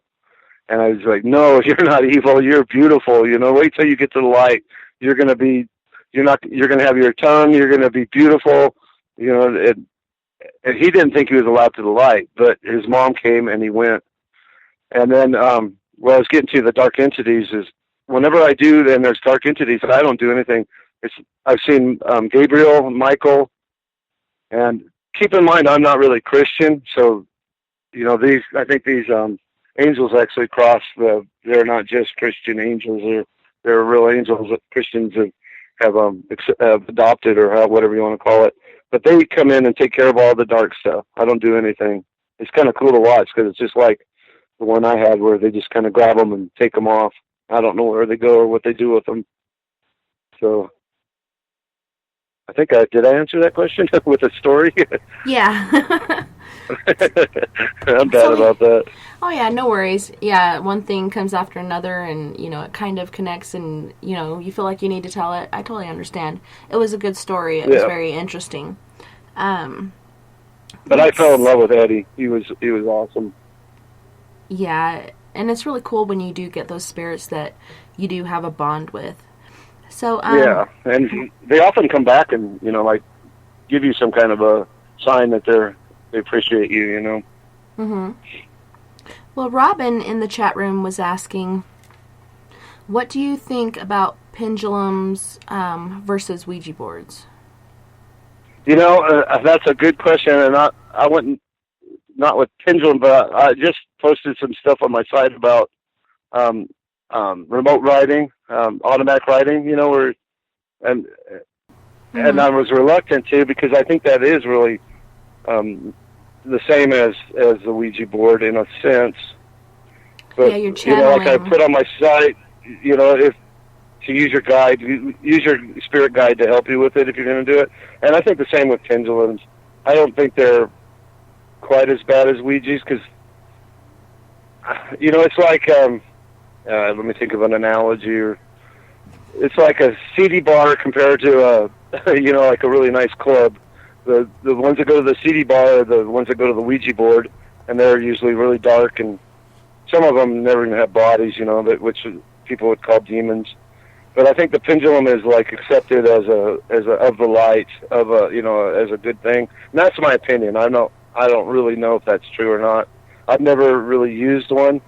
I did try tarot card for a while, and was doing really good with it, but I just didn't have enough time to really perfect it, so I kind of let it go. But yeah, I think you just got to be safe, you know, use protection. I use light. Some people use, you know, crystals or sage. You just got to protect yourself. I don't think it's as dangerous as a Ouija board, but I think there is possibilities of danger through them. You just got to, like I said, be careful. You always, everything, I use my spirit guide. My spirit guide is named Aaron. I also have a second one, is Claire, who really comes up when I really screw something up. But Aaron is constantly with me, and I use him. And one of the things I ask Aaron to do is make my left ear ring when I'm in danger. And whenever my left ear rings, I just go right to a meditation and see what's going on. And it's always helped me. It's been very helpful. Sorry, my voice is kind of cracking up too. Oh, no worries. Like you were saying, you're in the fire area, so you're inhaling that stuff like all day, and it Yeah, can it's been be killing me. Yeah, it's bad. I have And it asthma, has- and it's and it's been a bad allergy season anyways before the fires even started. It's just been horrific for it everyone. was the worst allergy season I can remember. So But, I wouldn't say don't use them, but I'd just say be cautious. Be smart about it. Yeah, always protect yourself and set your barriers, but you know, Yeah. I like dowsing rods. I'm not good with the pendulum. I haven't practiced it enough because if I don't pick right up on it, I kind of lose interest, but I see a lot of people that do have success with it, and I do have my own pendulum that I bought at this stone store, and it's in my pack. I'll bring it out sometimes. Anybody like to use this? You can use it if you want, but I prefer my dowsing rods and other stuff. It's just like tarot, tarot cards. If you do it properly, like you're supposed to condition them first, the cards. You're supposed to sleep with them under your pillow for, I can't remember, like a month or whatever. If you do that, it becomes like a part of you, and it's, but when you just dabble, like with a Ouija board, that's a whole different thing, It's like, hey, let's try the Ouija board. It's not something that's part of you. It's just a novelty or whatever you want to call it. Yeah, it's a parlor game. Yeah. So I think there's more openings and stuff like that. That's a good question, though. For sure. So you can read auras. How exactly does one read an aura? Okay, and I honestly don't think seeing auras is even a psychic thing. I think, the Russians invented the Kirlian camera, which can actually take pictures of auras, and they're really becoming popular now. I've seen them all over the place. But the best way, when I teach somebody to see auras, reading auras is different than seeing auras. Seeing aura, what I teach people is to make like a peace sign, but bring your fingers together to like the tips are like an inch apart, and you'll see the energy. You need to have a white background. So put it up like against a white wall, or white with your fingers. You can just get a plate or whatever, a sheet, and put your fingers together, and you'll start seeing the energy, like looking out at the desert in a hot day. You'll see that the vibration. You'll see that, and then you want to look past it and let your eyes get out of focus, and you'll see the color eventually. And it's the same way with auras. When I read them, I do a lot of them remotely, so I use pictures. I have people, and any of you want to do that, I'll be glad to do it. Just send me a picture with a white background, and what I do is I concentrate on the third eye, and as soon as I start seeing the energy, then I look past and kind of just like when you're like when you're in a high school history class or something, you're just trying to look at the teacher, but you're not paying attention. You just you're out of focus, and you'll see it takes practice. But like Abby, my new daughter, I taught her, and she's been. I'll test her. I'll read an aura and I'll send her the picture. What do you see? And she's been seeing exactly what I'm seeing. Now reading them is different because. Well, you could say reading is what I do whenever somebody asks me for a reading, for aura reading, is I use the paint program and I draw out the stick, like almost a stick figure, a little silhouette of a person, and I'll draw the colors. What's cool about paint is you can really match the color of what you're seeing, and I'll send that to them. But usually I get not always, but a lot of times I'll get a psychic, like, all right, something happened to you when you're 7 years old, and you need to deal with that. And that's where my work starts with them. So then they're like, yeah, I was molested when I was 7, or my dad died when I was 7. So that's where my starting point is. Okay, well, the next session we'll meditate and see what happened there. And there's so much healing in that. Like Abby, she was suicidal. I mean, very suicidal. And now she just got a promotion. She just got this big job in Denver and moved there.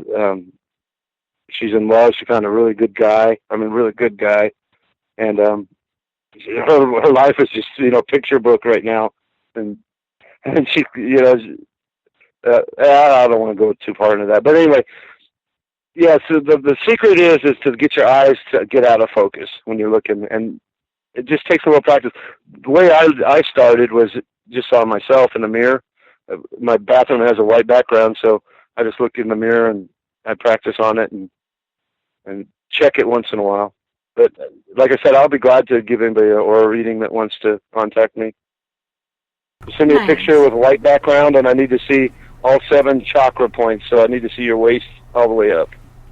So Lynn was saying in the chat room, the space between my fingers turned red when I did the finger trick. What does that mean? Okay, now red is, one thing I always tell people is I don't put too much emphasis on color. What I look for is how clear it is, how vibrant, how large it is, and how much it flows. Like if I'm looking at a whole body, the perfect aura is all one color, and it's probably I only see the first layer. I think it's called the ethereal layer. And the perfect one is like probably about a foot outside the body and all one color. And I've never seen that. So, there's no perfect auras.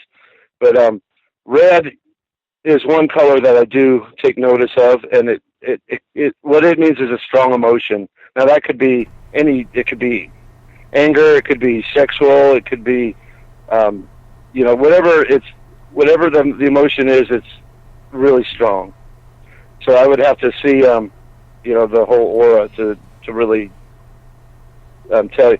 Like one of the worst auras I ever seen, and a lady came to me who had been abducted and kidnapped and raped constantly for over 6 months, and she was now, when she contacted me, she was hooked on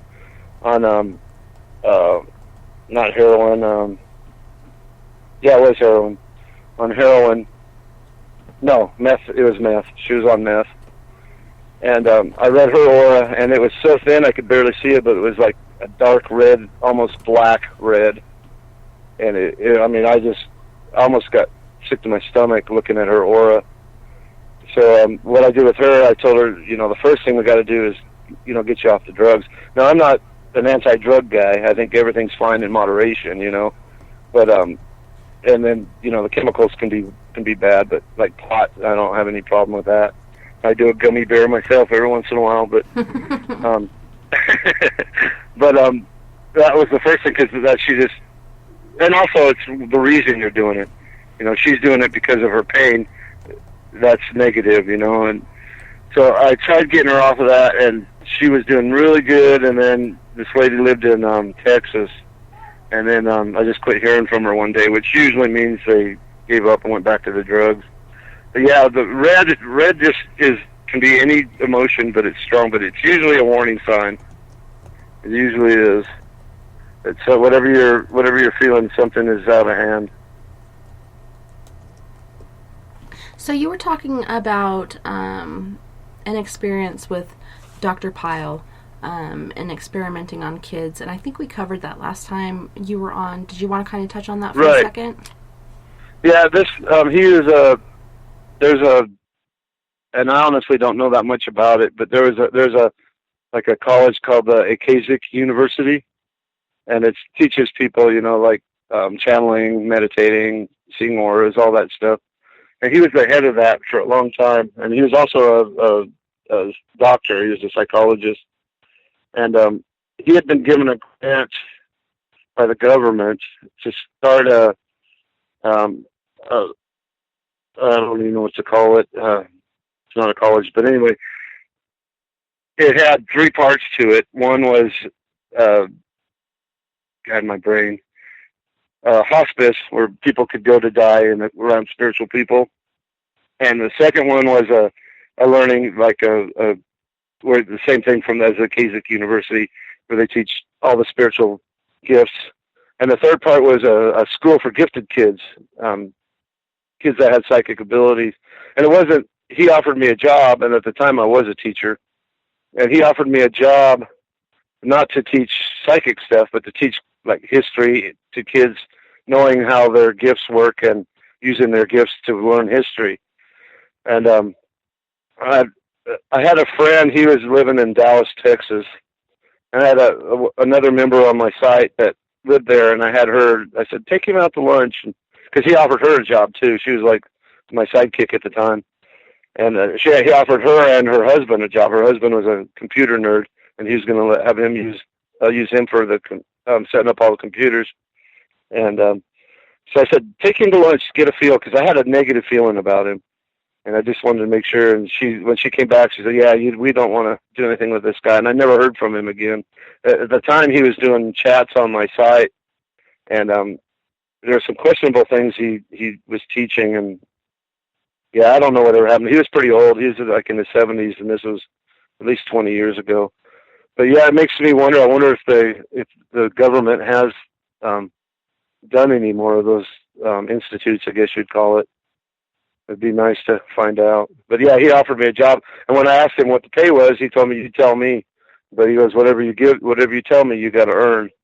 And yeah, so I didn't. I just felt so negative about it. In fact, the lady I saw that took him to lunch, me and her were planning to do something like that, but that fell through too.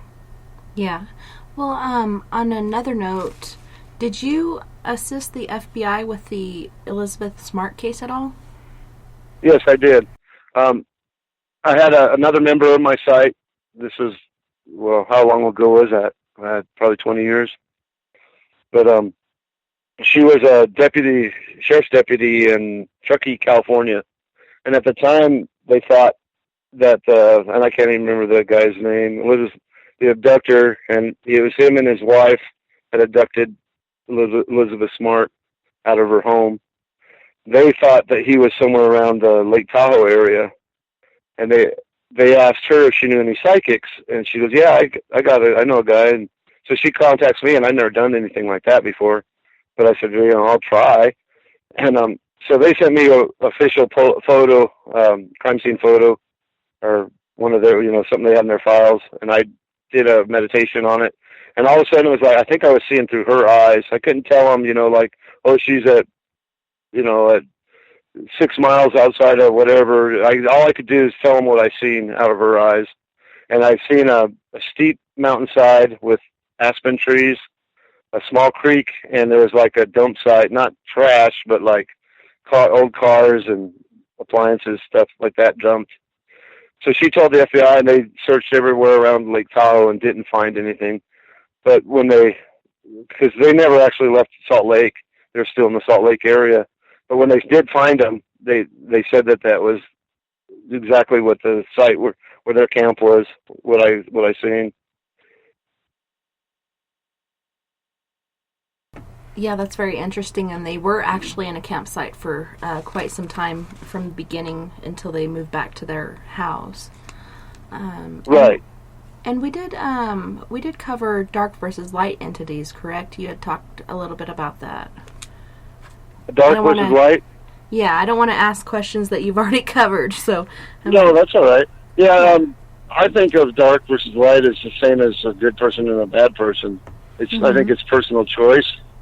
I don't really think of... and I know there are entities out there that aren't, of this world, and they've never had bodies, which some people call demonic. And I don't deal with them that much because, like I said, when I did the reading with Christina, the angels took care of that. So I don't really deal with them. Although lately, it seems like more people are coming to me with that kind of stuff. But I think the entity is an earthbound that's chose to be dark, is what I think. And I don't even know how to say this. Like when you're a light, you're a light worker, the more you practice you put into it, the more energy you put into it, the more it increases, like seeing auras or doing rescues, But when you're dark, the dark stuff comes out more, It amplifies. Does that make sense? Yeah. Okay, good. Because I wasn't sure. But yeah, so to me, it's not talking about entities that never had the body, but earthbounds, like Wilhelm, the one in me, he was dark, but it was his choice to be dark. Now, maybe because of his experience, or same as people choose to be, criminals or whatever because of their past experiences. It's the same with dark and light. Did that answer your question? Yeah, definitely. Cool. So, there's different now, one thing I want to say right here is I do not claim to know it all. I'm just telling you what I've learned, and I learn every day. Something I think I know, something will come up and show me the opposite, and I will change. So I'm not saying that you need to believe this or you're stupid or something, because no, it's all personal experience for me. Yeah, and I totally agree. It's a learning experience every day, and anybody who does claim to be an expert on anything as far as the paranormal goes is full of crap. But run away. Turn around and run away.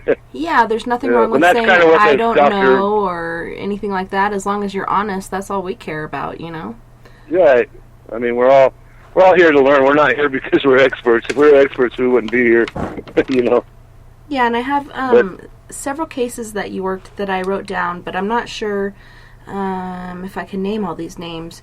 I'm going to mute the mic for a second and ask if Rose is a certain person. I think it is. Hold on. Uno momento, por favor. I'm sorry, I'm not understanding you. My phone's kind of... Hold on. kind of wigged out. I'm sorry, Tessa. I still didn't catch that.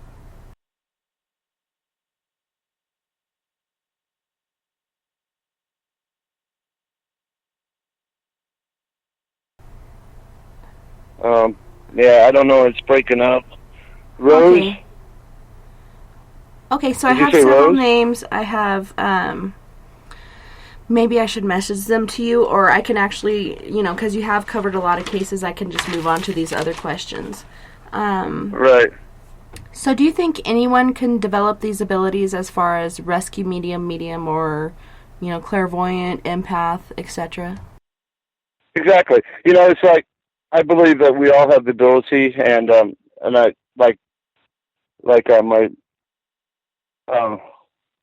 hold on, I guess Rose in California. I taught her to do rescues, and I think it's kind of like saying that everybody with legs can run, but not everybody can run like Manute Bol, So we all have levels, but I think everybody can do it, and that's one thing Cayce has said over and over, that we all have the ability to be, the gifts. They're all inside of us. We just got to bring them out and work with them.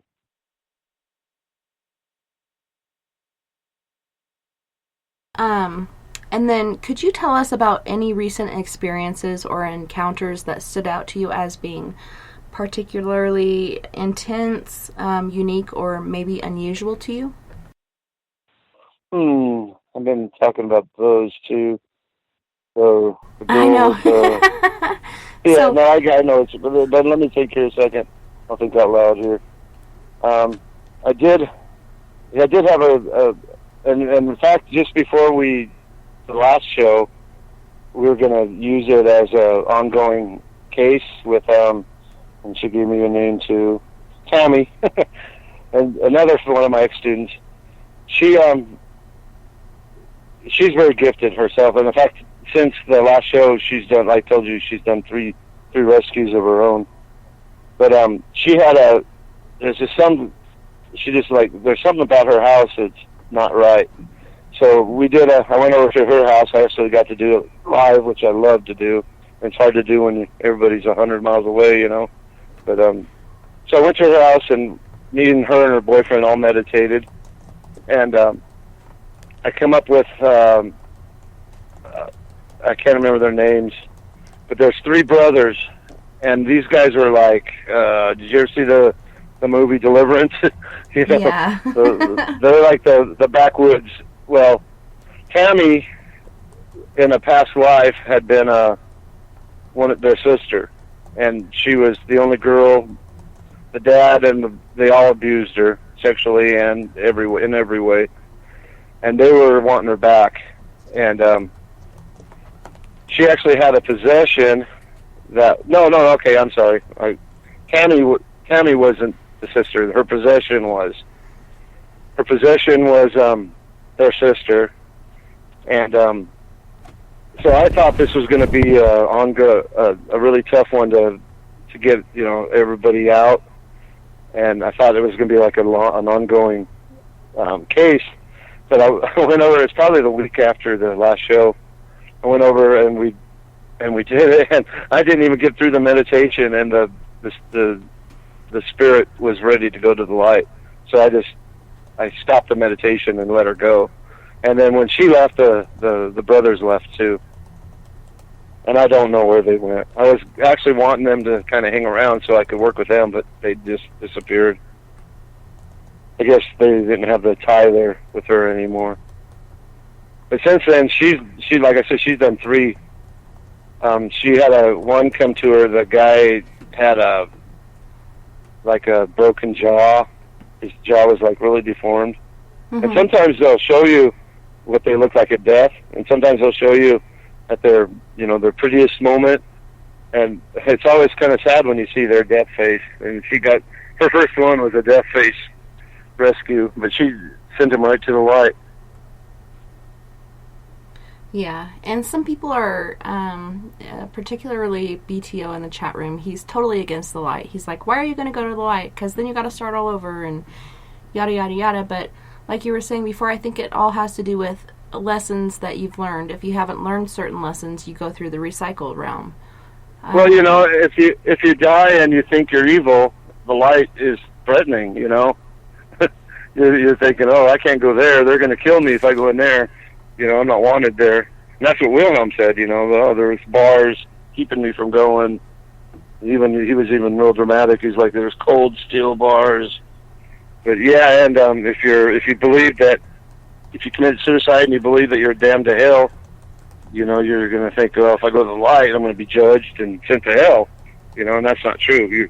Everybody that's alive is allowed in the light. We all, what goes on there, is all guesswork. But what I've found is there's like schools, like Wilhelm went to a school, and like when I was telling you about what I believe about spirit guides, like me and you died together, and we go to the light, and you have the choice of staying there. There's stuff you can learn there, but there's greater learning. Yeah, and on that note, I'm sorry, we got to go to break. You guys don't go anywhere. Okay. We'll be right back. Wow, already? Okay. Heading to Vancouver and looking for some great nightlife? The Moose Vancouver is the place to be. Catch a game on one of the big screens, or just come rock out to your favorite 80s and 90s hair bands. Great food starting at $6.95. The Moose Vancouver is open until 2 a.m. nightly. It's easy to find near the corner of Nelson and Granville. The Moose Vancouver is the official rocking bar of Spaced Out Radio. Find your escape where time has no limits. It's about living today and cherishing the heritage of yesterday. A spirit of adventure for what is new, with the nostalgia of the past. Your timepiece is a reflection of who you are. Life surrounded by beauty from the world around us to the soul within. EscapeWatches.com. There is no time like the present to enjoy your escape. Use promo code SMF2017 for your 20% discount today. Coming September 28th to the 30th, it's our first annual Caribou Paracon, put on by Spaced Out Radio and the Canadian Society of Questers. 3 days of paranormal, supernatural, and spiritual knowledge in the beautiful 108 Mile Ranch, British Columbia. Tickets are $150 Canadian for the event, being held at the Spruce Hills Resort and Spa. Come watch our featured speaker, Grant Cameron, along with Lorian Fenton, David Weatherly, Ross Allison, and more. The Caribou Paracon, celebrating everything paranormal. Are you tired of being blocked, shadow banned, or placed in jail for simply posting your thoughts on social media? Social Media Freedom can take care of that for you. Social Media Freedom is the newest and one of the best free new apps that allows you the freedom to post what you want, when you want. It takes seconds to download from your app store. Come join the tribe at Social Media Freedom. It's time to set yourself free. Are you intrigued by Paranormal Talk Radio? You'll love the new Paranormal Radio app from TalkStream Live. You'll find a great selection of talk shows covering UFOs, ghosts, strange phenomena, and much more. Download the Paranormal Radio app now and start listening to the very best in paranormal talk entertainment, including the network you're listening to right now, the Paranormal Radio app, free in Google Play and the iOS App Store. We're bringing scientific thought to the paranormal. Hi there, this is Spaced Out Radio scientist Chris Cogswell. Join me, Chris Zuger, and Dave Scott the second Wednesday of every month, where we break down the who from the woo when it comes to everything paranormal. We'll investigate and try to bring sensible answers to those straight and sometimes outlandish questions people have. Hey, not everything has an answer, but we'll do our best. Listen in to Reality Paranormal only on Spaced Out Radio. Visit purpleplates.com today. For over 40 years, the Purple Energy Plates have been delivering amazing results for their many customers. Inspired by the great genius Nikola Tesla, the harmony, healing, and energetic effects of the plates have proven over and over to be beneficial and often miraculous to thousands of customers. Check their site for daily specials and choose from their many energy products. You won't be sorry. Visit them today at purpleplates.com. When it comes to the news, we look for the stories that the mainstream won't cover. Welcome to Spaced Out Radio's The Encounter. This is News Director Everett Thiemer. The Encounter is about the weird and strange stories that occur daily, and we scour the world looking to bring them to you. You can hear me with Dave Scott every Monday through Friday in our Encounter news segment. Read us online at spacedoutradio.com or check us out and give our Facebook page a like at SOR The Encounter. So come give The Encounter a read. Are you an experiencer? Have you had run-ins with strange creatures you can't explain? ETs, Dogman, Bigfoot, werewolves? They're enough to scare the daylights out of anyone. Hi there, I'm Butch Witkowski from your 4-Cop. And on the last Monday of every month, you can listen to me and the host, Dave Scott, talk about the weird and the strange being reported on Spaced Out Radio. I'm going to bring my investigations and sources, you bring your experiences, and we'll figure out the rest together. Strange Days on Spaced Out Radio. Come tune us in at spacedoutradio.com. You hear footsteps in the empty room above you. Don't be afraid of the things that go bump in the night. Reach for Spirit Storybox, the iPhone app the Huffington Post UK called the only ghost hunting app you will ever need. Spirit Storybox. The spirits are telling their stories. Are you listening? Are you interested in advertising on Spaced Out Radio? Head to our website at spacedoutradio.com and click on our advertising tab. There, you will find an assortment of ways you can get your product out there with us, from radio commercials to banners and social media. Have a product you like our hosts to endorse? We can do that too. Visit spacedoutradio.com for more details. Looking for nighttime adventure? Old school radio that delves into everything out of the norm? Then check us out at Spaced Out Radio. This is Dave Scott. Every Monday through Friday, starting at 9 p.m. Pacific, midnight Eastern, we're going to take you on a wild ride ranging from conspiracies to true crime and every ghost, alien, and Sasquatch story in between. We're always live, and we're always interactive with you. So join us at spacedoutradio.com, where together, we own the night.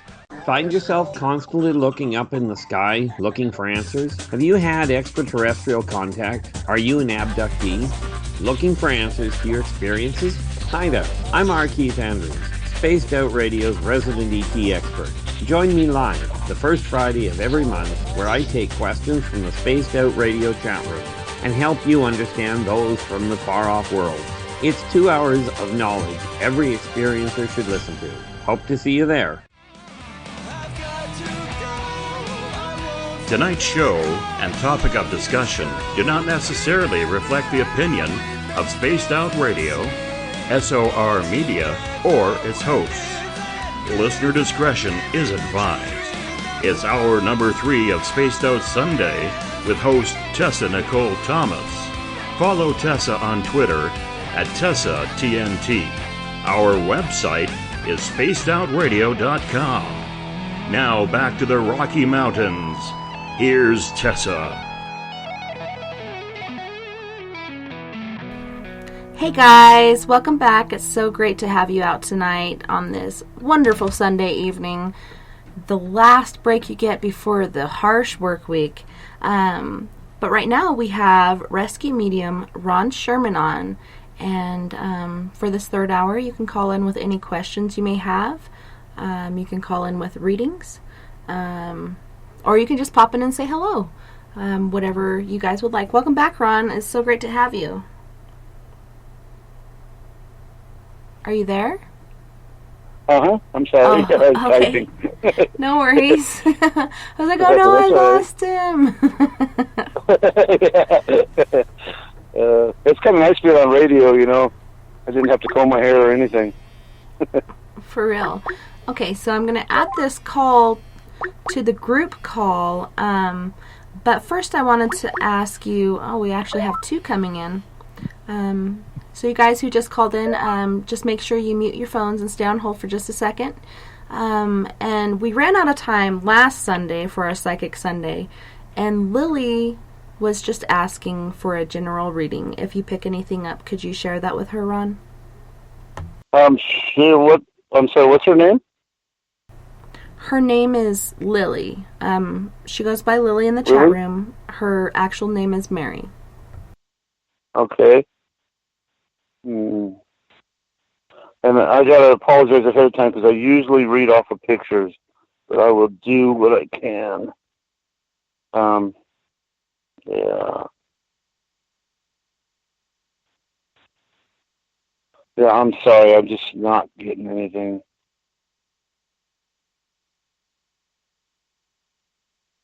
Let's see. Is there any way she could send a picture to you? Do you have a number she can send a picture really quick? Well, I'm on the phone. She could email it to me. Okay. Go ahead and give that out. R.L. Sherman, SHERMAN 306 @gmail.com. Okay, and Craig was asking also, how are my chakras looking? But he would need to send a pic as well. And what was that address He again? was asked, R.L. Sherman, which is SHERMAN 306 @gmail.com. All right. So while we're waiting on those, let's move to our first caller, and that is area code 662. Who do we have on the line? Hey, guys. Hey, Kaden. Hey.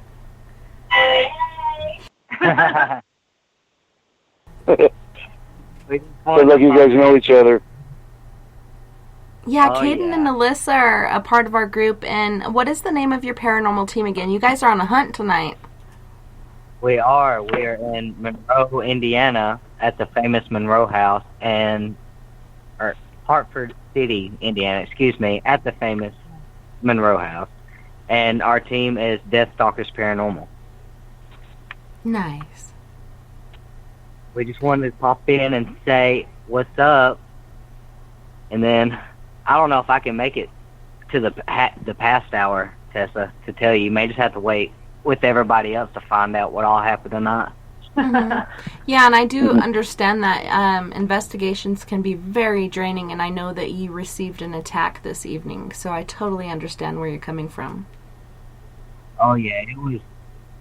Yeah, I don't think y'all seen the one before that last one. Like, I had a bad one before then. Like, that was number 2 for the night. Yeah, that was pretty bad. I was feeling bad for you, but we sent our energy and our shields up for you, so I hope that helped. Oh, yeah, it did, for sure. Y'all made me dizzy with all that energy, but I appreciate it. But that's crazy when that happens. Do what? Energy that's crazy when you're feeling all that energy. Oh yeah, it can be strong. It can be dizzying. Absolutely. But we're not going to take up much of your time so you can get back to the ratings. We just want to call and say hello, and we will see you guys tomorrow or holler at you guys tomorrow. Awesome. And Caden, Trip in the chat room is saying, put up a link so we can come check out your stuff. I don't know how to do that, but I will tell him how to get to it. Okay. Yeah, just come on into the chat room and leave your Facebook page name, and that way we can just look you up. And I've been keeping track of your stuff this evening till I had to come on the show, but yeah, you guys did a really great job, and I love the way you guys do things, and I'm sorry that happened to you, but it's all a part of the experience sometimes. Exactly. It's part of it, but it's well worth it. Indeed. Well, thanks so much for calling in, you guys. You guys stay safe and get a good night's rest for sure.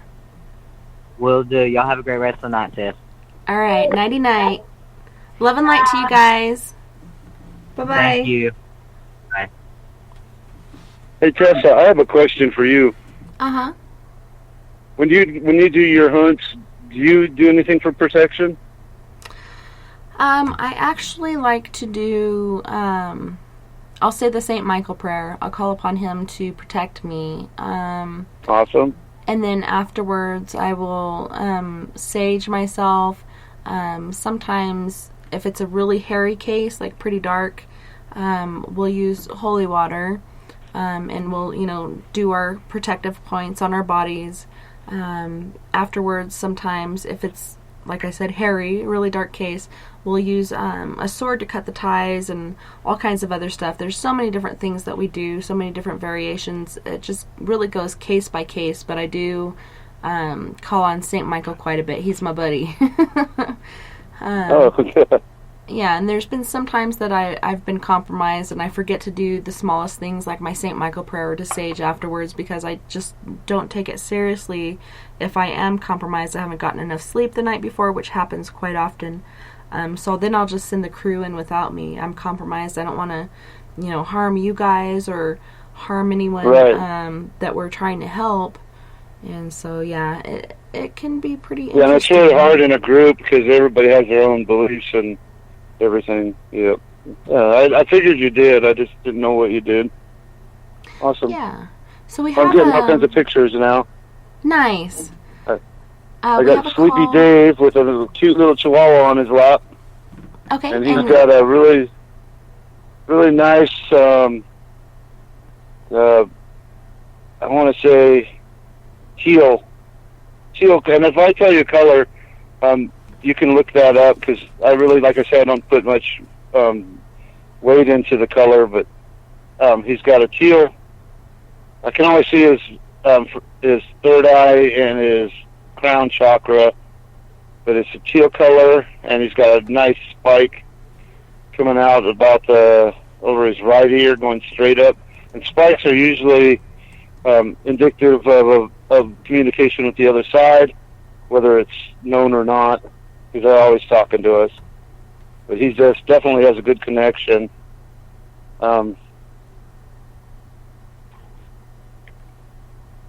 Psychically, I'm not picking anything up. It's hard for me to do it this way because I usually do a whole meditation on it. Mm-hmm. But yeah, and I know really, I called really you. Good aura.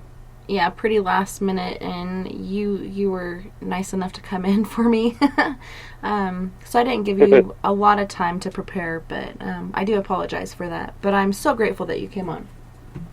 Sure. What I will say is that anybody that sends me a picture, I will read your aura. If, like with Sleepy Dave, I can't see his.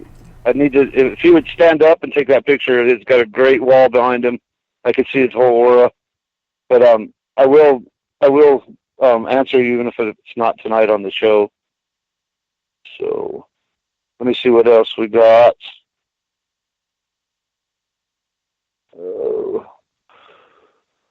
And now we got Craig. Rio, R-I-O-U-X. I'm not sure how to pronounce that. My computer will bring it up. I just got a new computer and I'm having trouble with the touchpad. Or it's having trouble with me using it, probably. There we go. Okay, I can't see his aura with the background.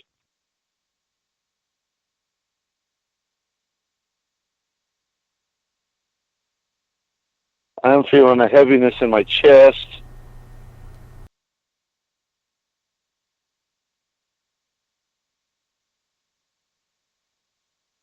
I'm not sure why. Yeah, this is really out of my realm, but I will try.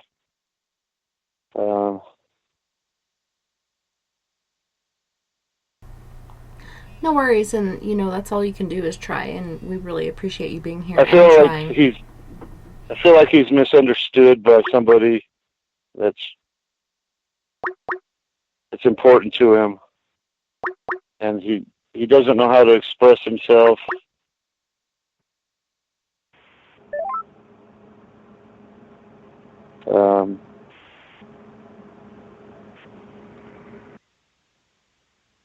Yeah, just not picking it up. I do feel a heaviness in his chest, though.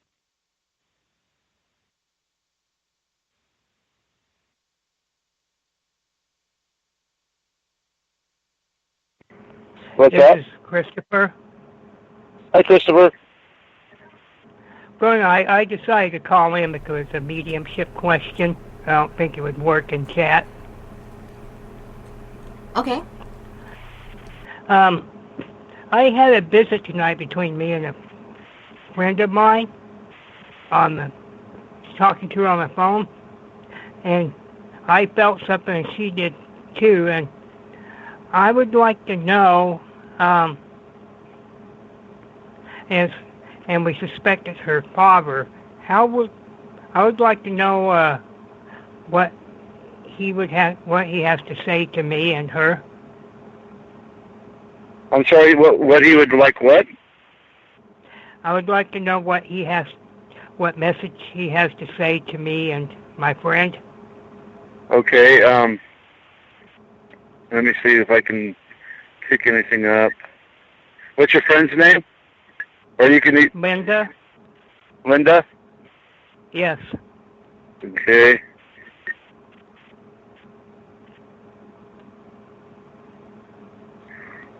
Yeah, he's definitely trying to come through to you. And like I said, I usually work off of pictures, but let me see what I can do.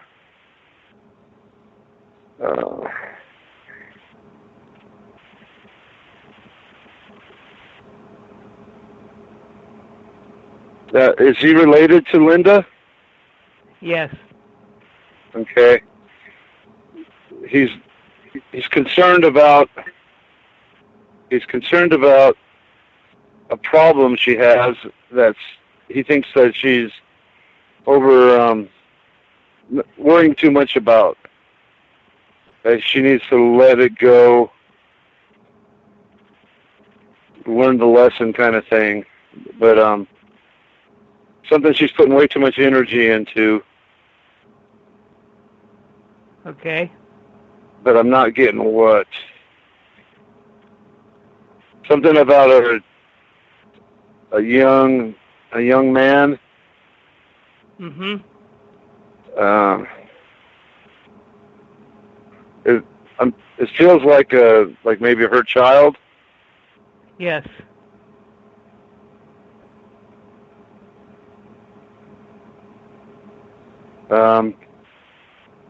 Did the child die? Is the child passed? Yes. Yes. Okay, that's what he wants you to know, that the child, and he's trying to tell me the name, and I'm not picking it up. But the child is with him, and she needs to not worry about it. I'm feeling a lot of love coming from him, from both him and the child. Was the child like? God, I'm thinking, I'm seeing like a young, like 5 or 6. Mm-hmm. I'm not seeing really interesting. I'm not seeing his death. I'm you know, and this is really hard. One of the hard things in my job is when is to tell people something that can be perceived as bad, because I don't see it as bad. The child was meant to pass when he did, and there's lessons for both him and for Linda. Linda is hurting pretty bad. Was this recently? What? Was this recently? Yeah. I'm feeling like it's yeah. Yeah. Yeah. Okay, I'm being told that all she has to do is meditate, and if she meditates, the child will come through and help her ease her pain. But these things aren't, you know, we look at it as a tragedy, but it's really, and I know this sounds bad, but it was meant to happen the way it did, for the learning that Linda needs to go through, and probably you too. Yes. So what you need to do is and it's so easy to say and hard to do, but learn the lesson, kind of thing. Cherish the love, and know that it's not over. I mean, you're going to be together again. There's a reason for his death, for both him and for you guys. Okay. One of the hardest things for us to learn is and now I really think I think that maybe you are questioning the afterlife, whether it's like a light switch when we die, we're just done, and it's not. You're gonna see the child again. You're gonna be with Linda again. Yes. Yeah. You know, I feel like the man is also related to me in some way, that we knew each other previously. Yeah, I definitely feel you're not related to the child, right, in this life? Correct. And I feel like I really feel that her father that too. you three, right? I really feel you three have been through at least one other lifetime together. So you do definitely have that family connection. And I'm seeing like the Roaring 20s. You know, I'm seeing it's really kind of cool. I'm seeing like the Flappers, and it's like I'm like at a bar, and you guys are all there. Oh my God, I remember that from a dream. Do you? Yeah, Yes. You guys are. Oh man, you guys are having fun. Your life is. You're at the top of the world. And you guys are all there. And I think the lesson is that is still ahead of you. You know, that feeling that you had back then.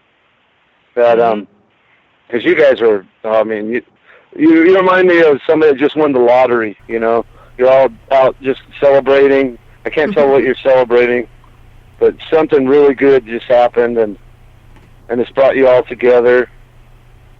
And Christopher, you need to. I got to tell you a book you need to read, and I don't know if you're a reader or not. You can get the audio version if you're not. But a book, it's called the Afterlife of Billy Fingers. Mm-hmm. Yeah. And I don't remember that author's name, but the book. Are you familiar with it? Yeah, I've heard of it. The book is about a sister. Her brother was like always in trouble, a drug addict. Just always he was the black sheep of the family. Everybody else was doing good, and he was always he moved to South America because he was in legal trouble, and he got killed in a car accident. Well, after he died, he started sending his sister messages of the afterlife. And at first, I read this book, and at first I was like, yeah, I've ran into stuff like that, but what that book teaches is beyond what I knew about how we're forever. We're not. It doesn't end when we die. It's just like going through a different door, And I think this whole thing is about you, Christopher. I think you're doubting all that. And read that book. And you got my email address. I'd love to talk to you about this later after you've read that book.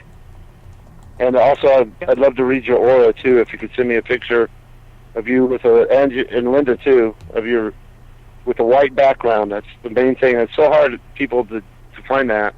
But even if you don't have a white wall, get a white sheet, hang the sheet, or lay on the sheet, take the picture, and send that to me, and I'll be glad to read your aura. I think there's some past life stuff that you need to deal with that's going to help you in this life a lot. I totally believe in past lives and reincarnation. It's actually a critical part of our development. Right. Awesome. Yes, and very much so. Yeah, so if you do that, read that book, or you can contact me before that, but read that book. I'd really like to talk to you, though, after you read that book, because I really think that's going to be a life-changing thing for you. Linda suspects she's family with me, too. That is so awesome. Oh, you guys really? are connected somehow, according to Ron here. But thanks so much for calling in, Christopher. That was awesome. Have a great night. Yeah. Thank you. Hey, keep your head up, Christopher. Death isn't the end. It's just a change. It's like getting a new job. Amen. Thank you. You're welcome. Bye. So we have another caller from area code 425. Who are we speaking with? Robin. Hey, Robin. How's it going? Hi, Robin.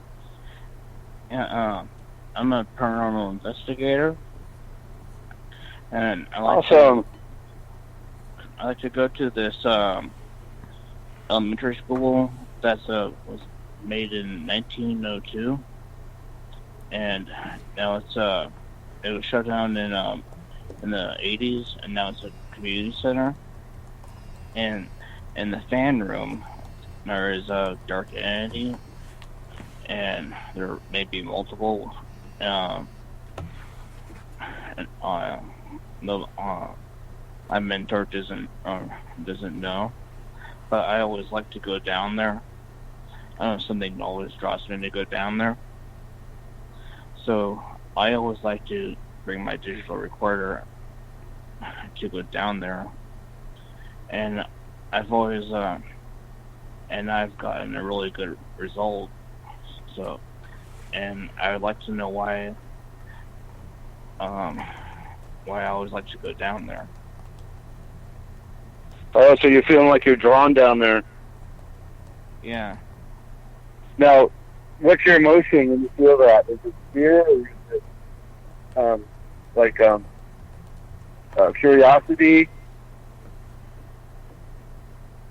It's curiosity. Curiosity? Because that's one thing that whenever we're drawn, what I tell people is you pay attention to the emotions you're feeling. If you're afraid, then it might, that we're all intuitive, and you have a spirit guide, whether you know who it is or whatever. They're trying to communicate with you. If it's curiosity, it's probably something you need to go down and check out. There's something there for you to learn. There's a lesson. Okay. I would definitely go with protection. Whatever some people like to carry a Bible. I use light myself, a stone, whatever makes you feel protected. Do that and go and investigate that. I think that's a strong calling. There's something there, either an entity that needs to send you a message, or I don't know. There's something down there. There maybe it's going to trigger a past life memory. Okay. I'm seeing like an old chair, and I don't know what. Like not even. It's like a wooden. You see those chairs that you have at schools for functions that are metal and they fold out. It's like a wooden one of those, and something about that chair. Oh, there's an entity that wants you to sit down and listen. That's what it's telling me. So, do you meditate? I used to do martial arts about 7 years ago, and I did Tai Chi. What I would suggest is like I said, use whatever you use for protection. Go down in that chair and meditate, and I think you're going to get some answers. So, and you trust trust those feelings, because they're not just there for fun. There's something trying to be told to you. Now, another interesting thing is that there's actually a room where there's a troublemaker that the name Brian, who got locked in a. I mean, we don't know if this is actually true or not, but got locked in a closet or the weekend, and he was on Monday. He died on there, and when they opened him up, he was found dead. So we don't know. I'm wondering if that is the spirit of Brian or not. You say he's a troublemaker? Yeah, he's a troublemaker. Okay. Yeah, there's a lot of those. Usually what I've found from the troublemakers is that's the kind of, when they were alive, they were seeking attention, so they try to do whatever they can to get attention. And that's what troublemakers usually are doing. They're just trying to get your attention. It's see, some of them, and it's hard to know because I'm not picking up on it, but some of them are like vampires where they need energy to keep going. Mm-hmm.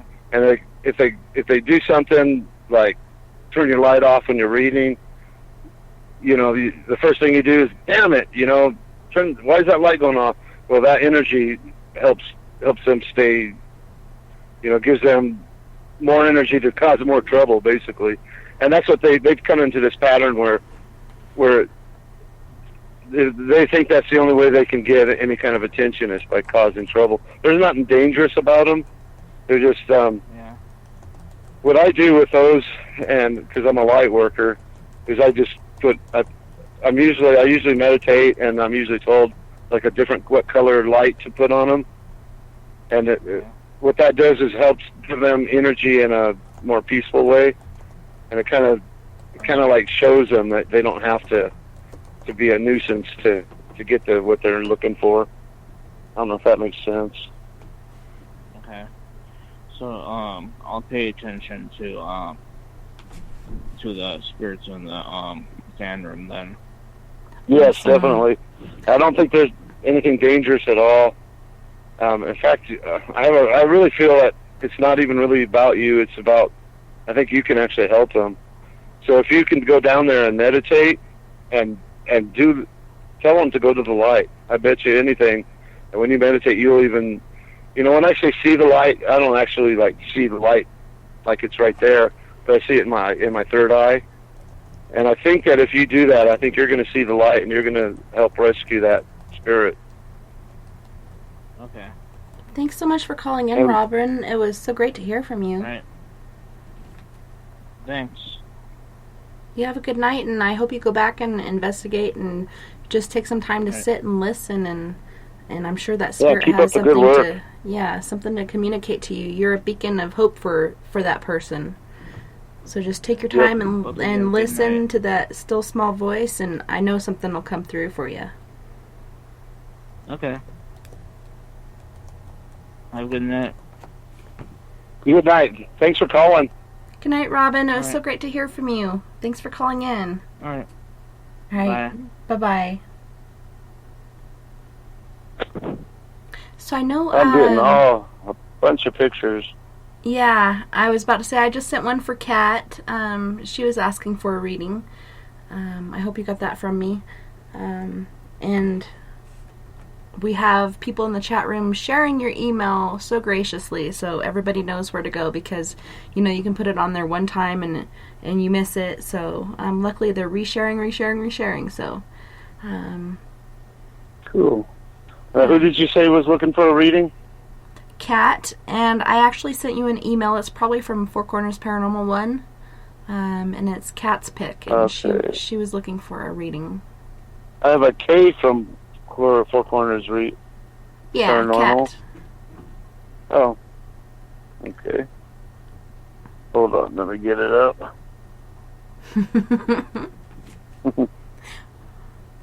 Mind out of the gutter, moving right along. Gotta put it somewhere. Yeah, I know.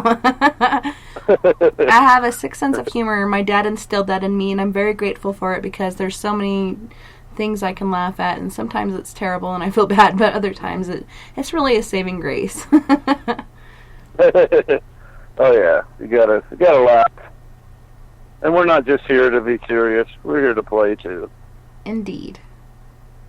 So I got the picture. There is an entity standing right behind her.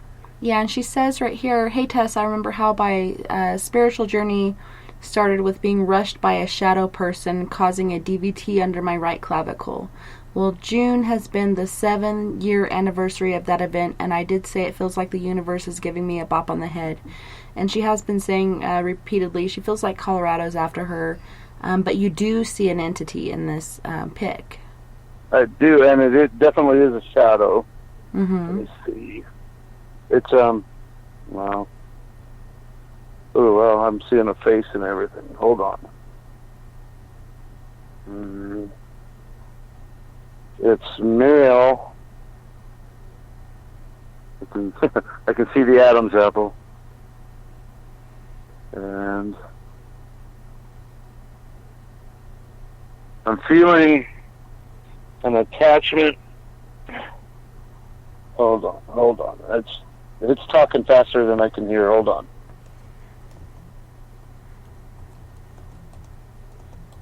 He's showing me a boat, like a, they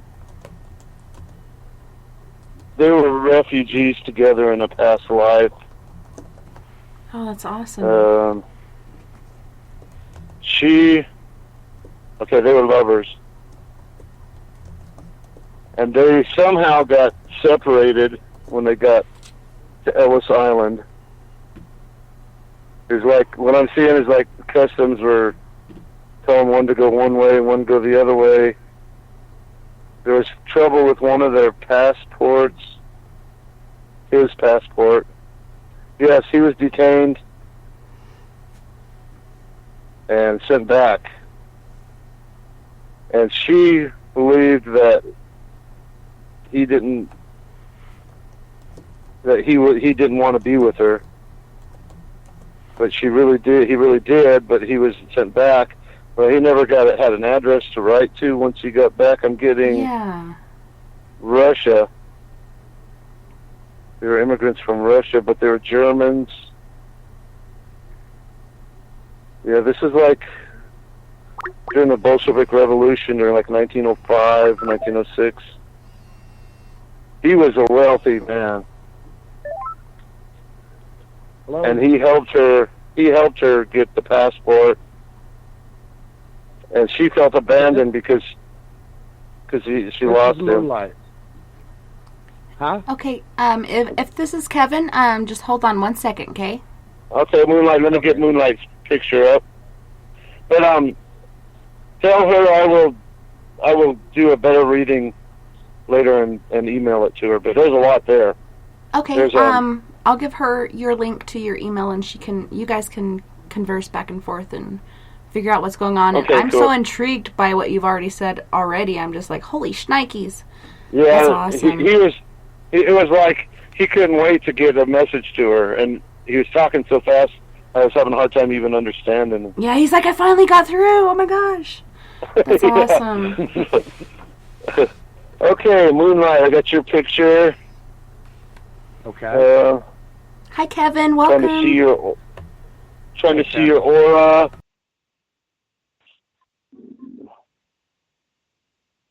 Oh, you've definitely got a healer's aura.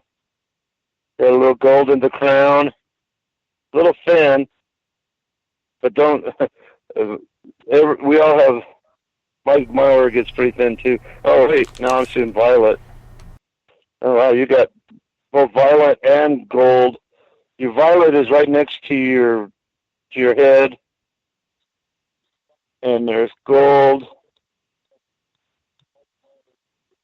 And I'm picking up somebody. Are you suffering from depression, Moonlight? Yes. Yes. I think you have an attachment, and I can definitely help you with that. I'm going to need a picture. Yeah, you definitely have one. It's not dangerous, except for that it's causing you depression. You know, it's depression. That's dangerous enough. But it's not like out to get you or anything. It's just there. And I need a picture of you, from your waist up behind that wall, so I can see the rest of your aura. Okay. And if you can get anything from the one that you have, that'd be awesome. And then, like you were saying, you can follow up later on through email, as you are with these other people you're doing readings for. I'm sorry, what was that, Tessa?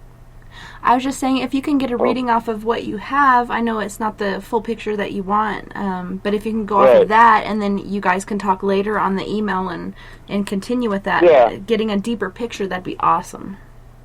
Yeah, that'd be great, and I'd be glad to share that. Yeah, Moonlight, give me another picture and send it to me, and I'll give you a better reading. It may be a day or two the way I'm seeing all these people coming in. But you definitely have an attachment, and I definitely want to help you with that. Okay. I do feel it doesn't want to be helped; it wants to stay. So it may be a challenge, but we'll get it. Okay. Good. There's a reason you called in, and long time. Right. Yeah, there's a reason sure. you listened tonight, and there's a reason that you sent that picture, and we will get it. I know we will. Okay. Yeah, if you can send me a better picture, it'll make me a lot easier for me. I'll be able to pick up more. Oh, you're right. You're right. But don't worry, it's not bad. You're going to be all right. Drink lots of water. Try to get lots of rest. I'm so glad you called in too. It's so great to hear your voice, Kevin. You too, Tessa. Thank you, Ron. You're welcome. Right away. You guys keep in touch through email for sure, and let's get this stuff figured out. All right, love you, buddy. Love you too, dear. Have a good one. All right, good night. Great job this week. Oh, thank you so much. Oh, I got a picture from Amanda. Yes. Hold on, trying to get this come up. She's holding a little guy. Aww. My computer is not. Oh, there it goes. Oh man, that's a soul connection right there. Aw, yeah, baby. Yeah. She's awesome. You know Amanda? Everybody in the chat room is awesome. I just love my paranormal family, but yeah. I have nothing but good things to say about everybody, including you, BTO. I love you, no matter how much you think we hate you. We don't. We love and appreciate you. We really do. Well, you're kind of lovable, too, Tessa. So.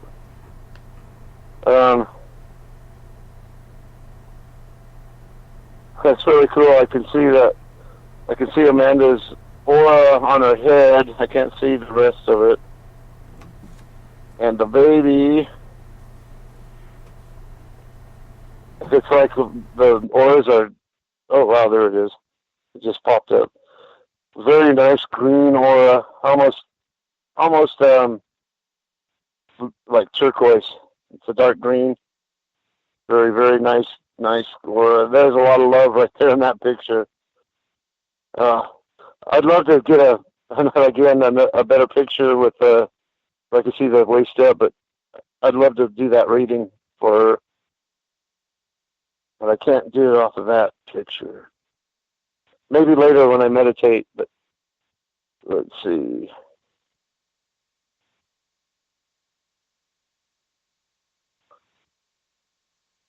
All right, Kat's back. I got another picture from Kat. I love the smile, by the way. It's contagious. She is so amazing, and I love her smile and her energy, and she's been put down recently by an ex, and I'm like, don't listen to that shenanigans. You are amazing, you are epic, and don't let what he's saying to you get you down. She is so gorgeous, inside and out. Yeah. I love her to death. Yeah, I get a really good warm feeling from her. She's awesome. Oh man, he's talking my ear off again. I'm trying to. He's so excited. Like, they've been separated for so long. He's like, oh my gosh, somebody can finally hear me. Yeah, he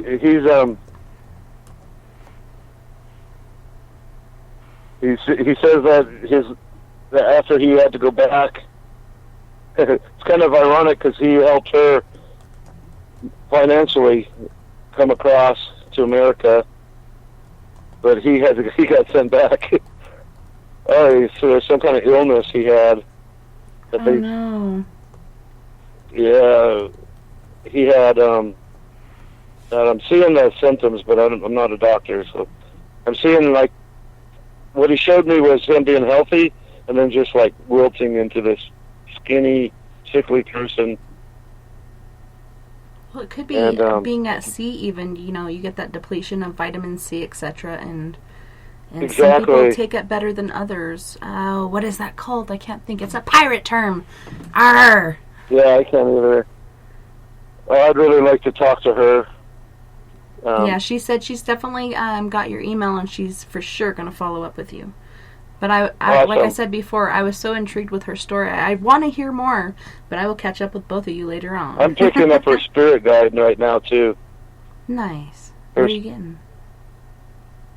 I'm not getting a name or anything, but the spirit guide's smiling.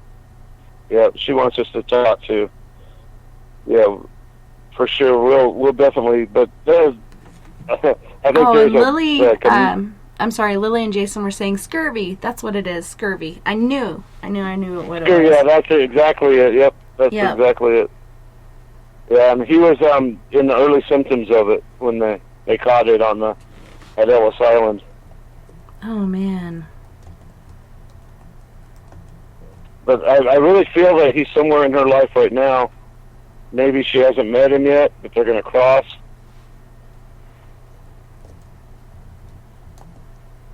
And she said earlier, she's like, maybe that's why she feels so alone all the time. She's just longing for what she had lost. Relationships are probably hollow because it's not. This relationship needs to happen. God, I wish I could pick up his name. I know I will when I meditate. And Amanda said she's got the second photo sent. The what? Amanda, she was saying she sent her second photo. I think the first one wasn't far back enough. Right. Okay, I haven't got it yet. Let me hit refresh. Yeah, and you were saying your email's a little. Yeah, my Wi-Fi is sketchy. terrible. Yeah. No worries. We live in a beautiful place, but sometimes it has its downs. It's got its drawbacks at times, but our email gets sent by the mule train sometimes, and the mules are getting old. Yeah, they're old and barren. Jason says there's always farmers only, cat. I don't think that's the tree she's barking at, buddy. But that's funny. Thanks for the laugh, Jason. Yes. I still haven't gotten her other picture. Yeah, perhaps refresh and it might come in. Whoa. But yeah, this has been totally awesome, and I'm so glad everybody's picked up on the email and they're sending their pics in. I am too. This is great. Yeah, and Robert's saying it's really weird, Tessa, is this last week I've been wanting to reach out because I used to advertise on Craigslist for free aura readings. Mm-hmm. And then that's when I'd find out if they had possessions or needed help. But Craigslist quit allowing that. So all week I was thinking, how can I reach out? Because I know I need to reach out. And then you call me. Yeah, that's when I call you. Hey! Yeah, you've said that several times since we've met. I remember first time we met, you said you reawakened me, and I felt so honored to be able to do that for you. And you reawakened something in us as well. It's a give and take sort of thing for the most part. Some people take more than they give, but we're on the good side of the critters on this earth. That's right. We got to raise each other up and adapt and overcome. That's right. This may seem like hell on earth, but you know what? It only makes us stronger. The scars we got, it makes us who we are, and you just got to love and embrace that, and don't let it get you down. You guys just carry on. Keep swimming. Just keep swimming. Yeah, exactly. So do we have any more pics that have come in, or... No, all of a sudden I quit getting pictures, I think. Okay. But I'm trying. Wait, that might be a new one. Yeah, Amanda said she sent another one in. No. I haven't got Amanda's second one. Huh. I wonder if there was like one letter or number off. It's R.L. Sherman, SHERMAN 306 @gmail.com. And when you send that in, you can also call in at 970-335-9596. So you guys keep sending your pics in. We can do these aura readings, which is the best way that Ron can work at the moment. He's taking a little bit of time off, but he's spraying that WD-40 on there. Yeah, a picture from Jason.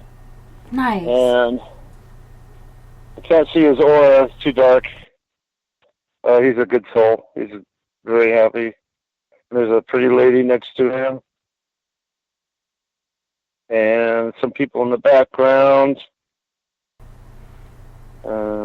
Let's see.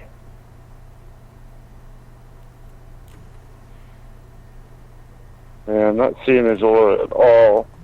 Yeah, and Robert from Australia is like, I ain't sending any pictures in. I'm like, that's all right. That's all right, Robert. It's funny. When I advertised on Craigslist, you'd be surprised at some of the pictures I got. This one lady sent me a picture with her butt turned to the camera, and she's got these really short shorts on, like she's hanging out. I think your aura is hanging out of your shorts there. Yeah, she's a cheeky monkey. But that being said, we do have a call from area code 604. Who are we talking to? Hi, it's Amanda. Hey, Amanda. How's it going? Amanda. How you doing? Good. I'm doing good. How are you? So I tried sending the second photo, and I double-checked. Correct email showed as sent, so maybe you'll get it in 24 hours, maybe. But I was trying to hear what you were saying on the baby, just so you know, the baby that I was holding, I actually didn't know that baby.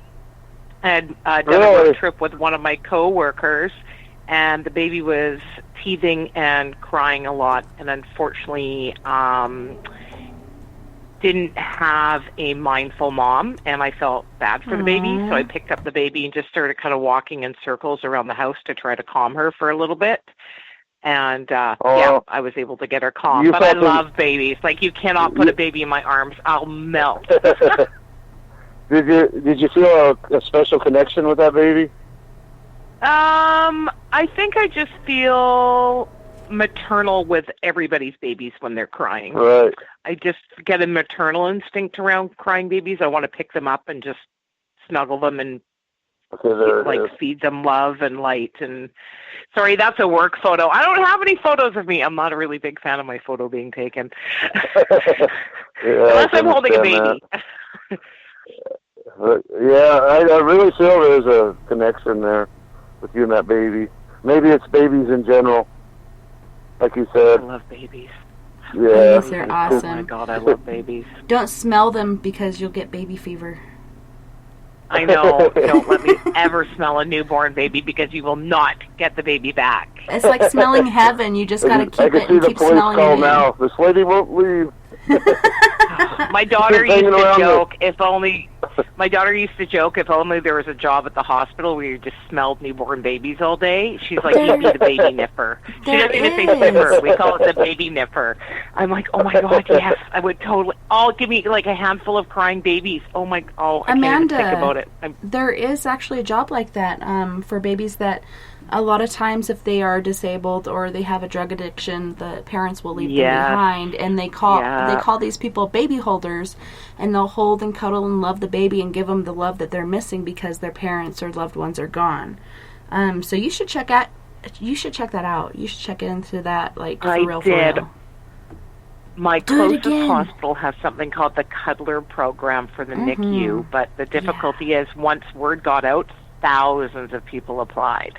I know, but you should apply if you haven't, and I bet you'll get picked up because you're just meant for this. I could just snuggle them all. I can't even think about it because now I just want to hold the baby. Grab your pillow. Like, they're just so amazing. They're just so cute. Everything about them is so cute and little and non-annoying. Yeah. Not gonna lie, they're just not annoying. They're just not. Once they hit one and they start walking, forget it. But if they're not walking yet, I could cuddle them all day. Yeah. But did you get the second picture? Did you even get it? I haven't. Okay. You know, I do have a new computer, and I'm checking through. Well, no. Well, you guys, I hate to say it, but we are at the end of our hour. But Amanda and everybody else who has sent in your pics and contacted Ron tonight for a reading, make sure you follow up on his email and get a hold of him because he is waiting with a bated breath to continue with tonight. He's been longing for this. So, yeah, continue to follow up with him and do that. Ron, do you have a website or email, etc., that people can reach you through to get through to you tonight or tomorrow or the next day? Yes, email me, and if you're interested in my website, I will add you. It's on it's a Facebook website, so I'd have to friend you first, which is cool too. But email me and let me know if you're interested and if you want a reading, and I'll do that too. And I've got a bunch of requests for readings. It may take a week or so, but I will get to all of them, so hang in there. I try to only do a couple a night because my energy goes, but I will get to them. And thank you so much for your interest, and I feel like there's a lot of new friends online here. Nice. So did you leave your email as well as your website name? My email is rlsherman, which is SHERMAN306@gmail.com. And the website is called Psychic Grapevine, but it is a closed site, and I have to add you. So email me, and if you want to be on the website, I'll add you. Awesome. Thank you. Facebook. Yeah. Thank you so much, Ron, for being on. It was so wonderful having you on this evening once more. I can't thank you enough. Oh, it was my pleasure. I was actually worried because I didn't have time to prepare, but you're such a good host, I didn't need to do anything. No worries.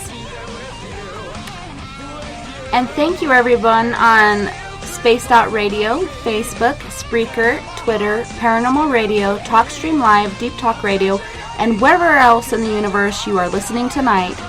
I had a wonderful time this evening. It was my pleasure, literally and figuratively. I can't wait to do it again next weekend on spacedoutradio.com. Until next time, nighty-night, love and light to all my space cases out there. Don't forget, we are all in this together. Together we can make the world a little better, and together, my friends, we own the night.